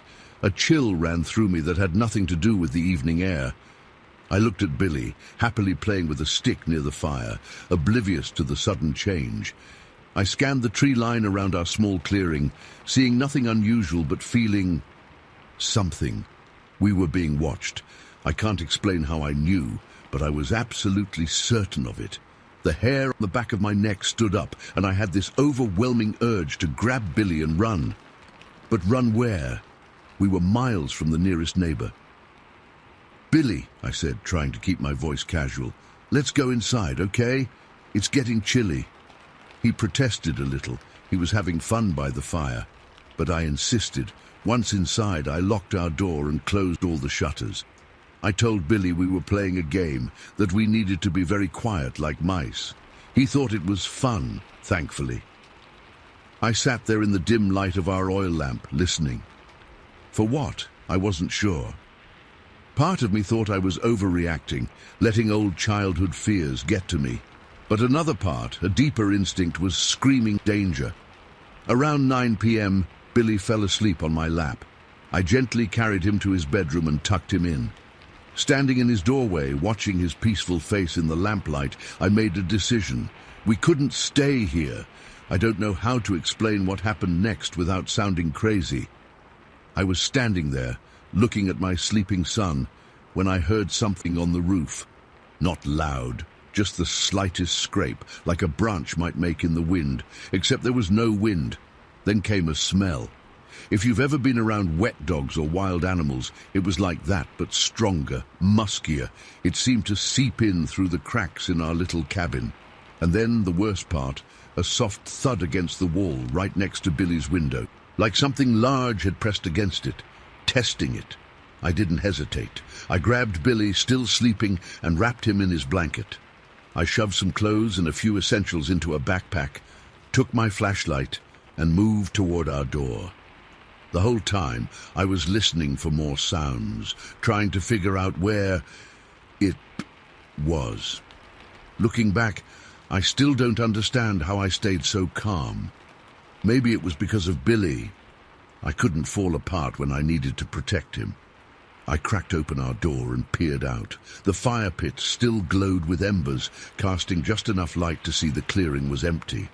The forest beyond was pitch black. With Billy in my arms, I stepped outside and pulled the door closed behind me. Instead of heading down the driveway, which was longer and more exposed, I decided to take the old path through the woods that led directly to our nearest neighbor, the Hendersons, about 2 miles away. The path was barely visible in the beam of my flashlight. Every few steps, I'd stop and listen. The forest was still unnaturally quiet. No owls, no night creatures, nothing. Just the sound of my own breathing and occasional murmurs from Billy, who thankfully stayed asleep. About halfway to the Hendersons, I heard it. Branches breaking behind us, heavy footsteps moving through the underbrush, not even trying to be quiet anymore. Whatever it was following us, and it was moving fast. I ran. I ran like I've never run before or since, clutching Billy to my chest, my flashlight beam bouncing wildly ahead of me. The path seemed endless, every turn looking the same in the darkness. My lungs burned, and my arms ached from carrying Billy, but I didn't slow down. The footsteps behind us grew louder, closer. I swear I could feel hot breath on the back of my neck, but I didn't dare look back. When the Hendersons' house finally came into view, lights glowing warmly through their windows, I nearly sobbed with relief. I pounded on their door, gasping for breath, still holding Billy, who was now awake and crying, confused and frightened. Tom Henderson opened the door, shotgun in hand. They weren't used to midnight visitors this far out. His face changed from suspicion to concern when he saw me standing there, wild-eyed and terrified. "Eliza? What in God's name? Please," I gasped. "Let us in."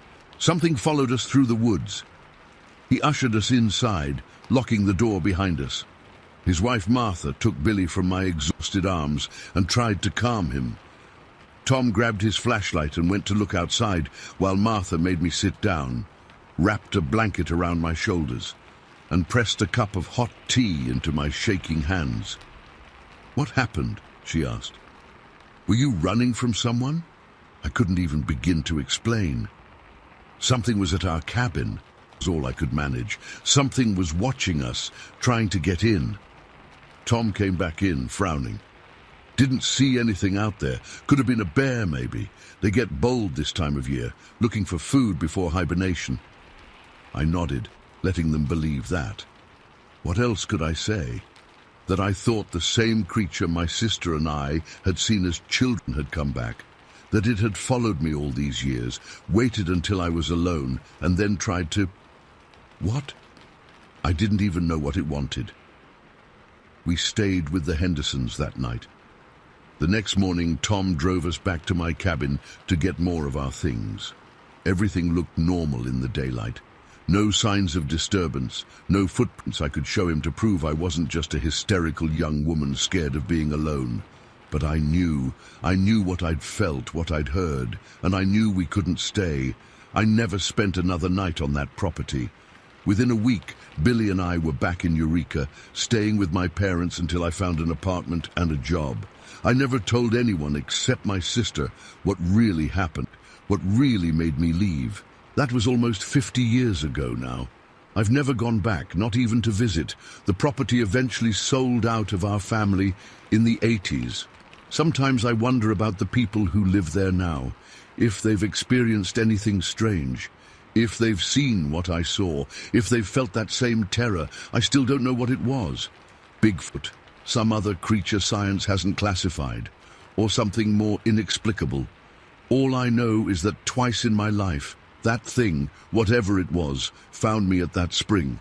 And the second time, it came for me and my son. I don't expect anyone to believe me. Sometimes I barely believe it myself. But I know what I experienced.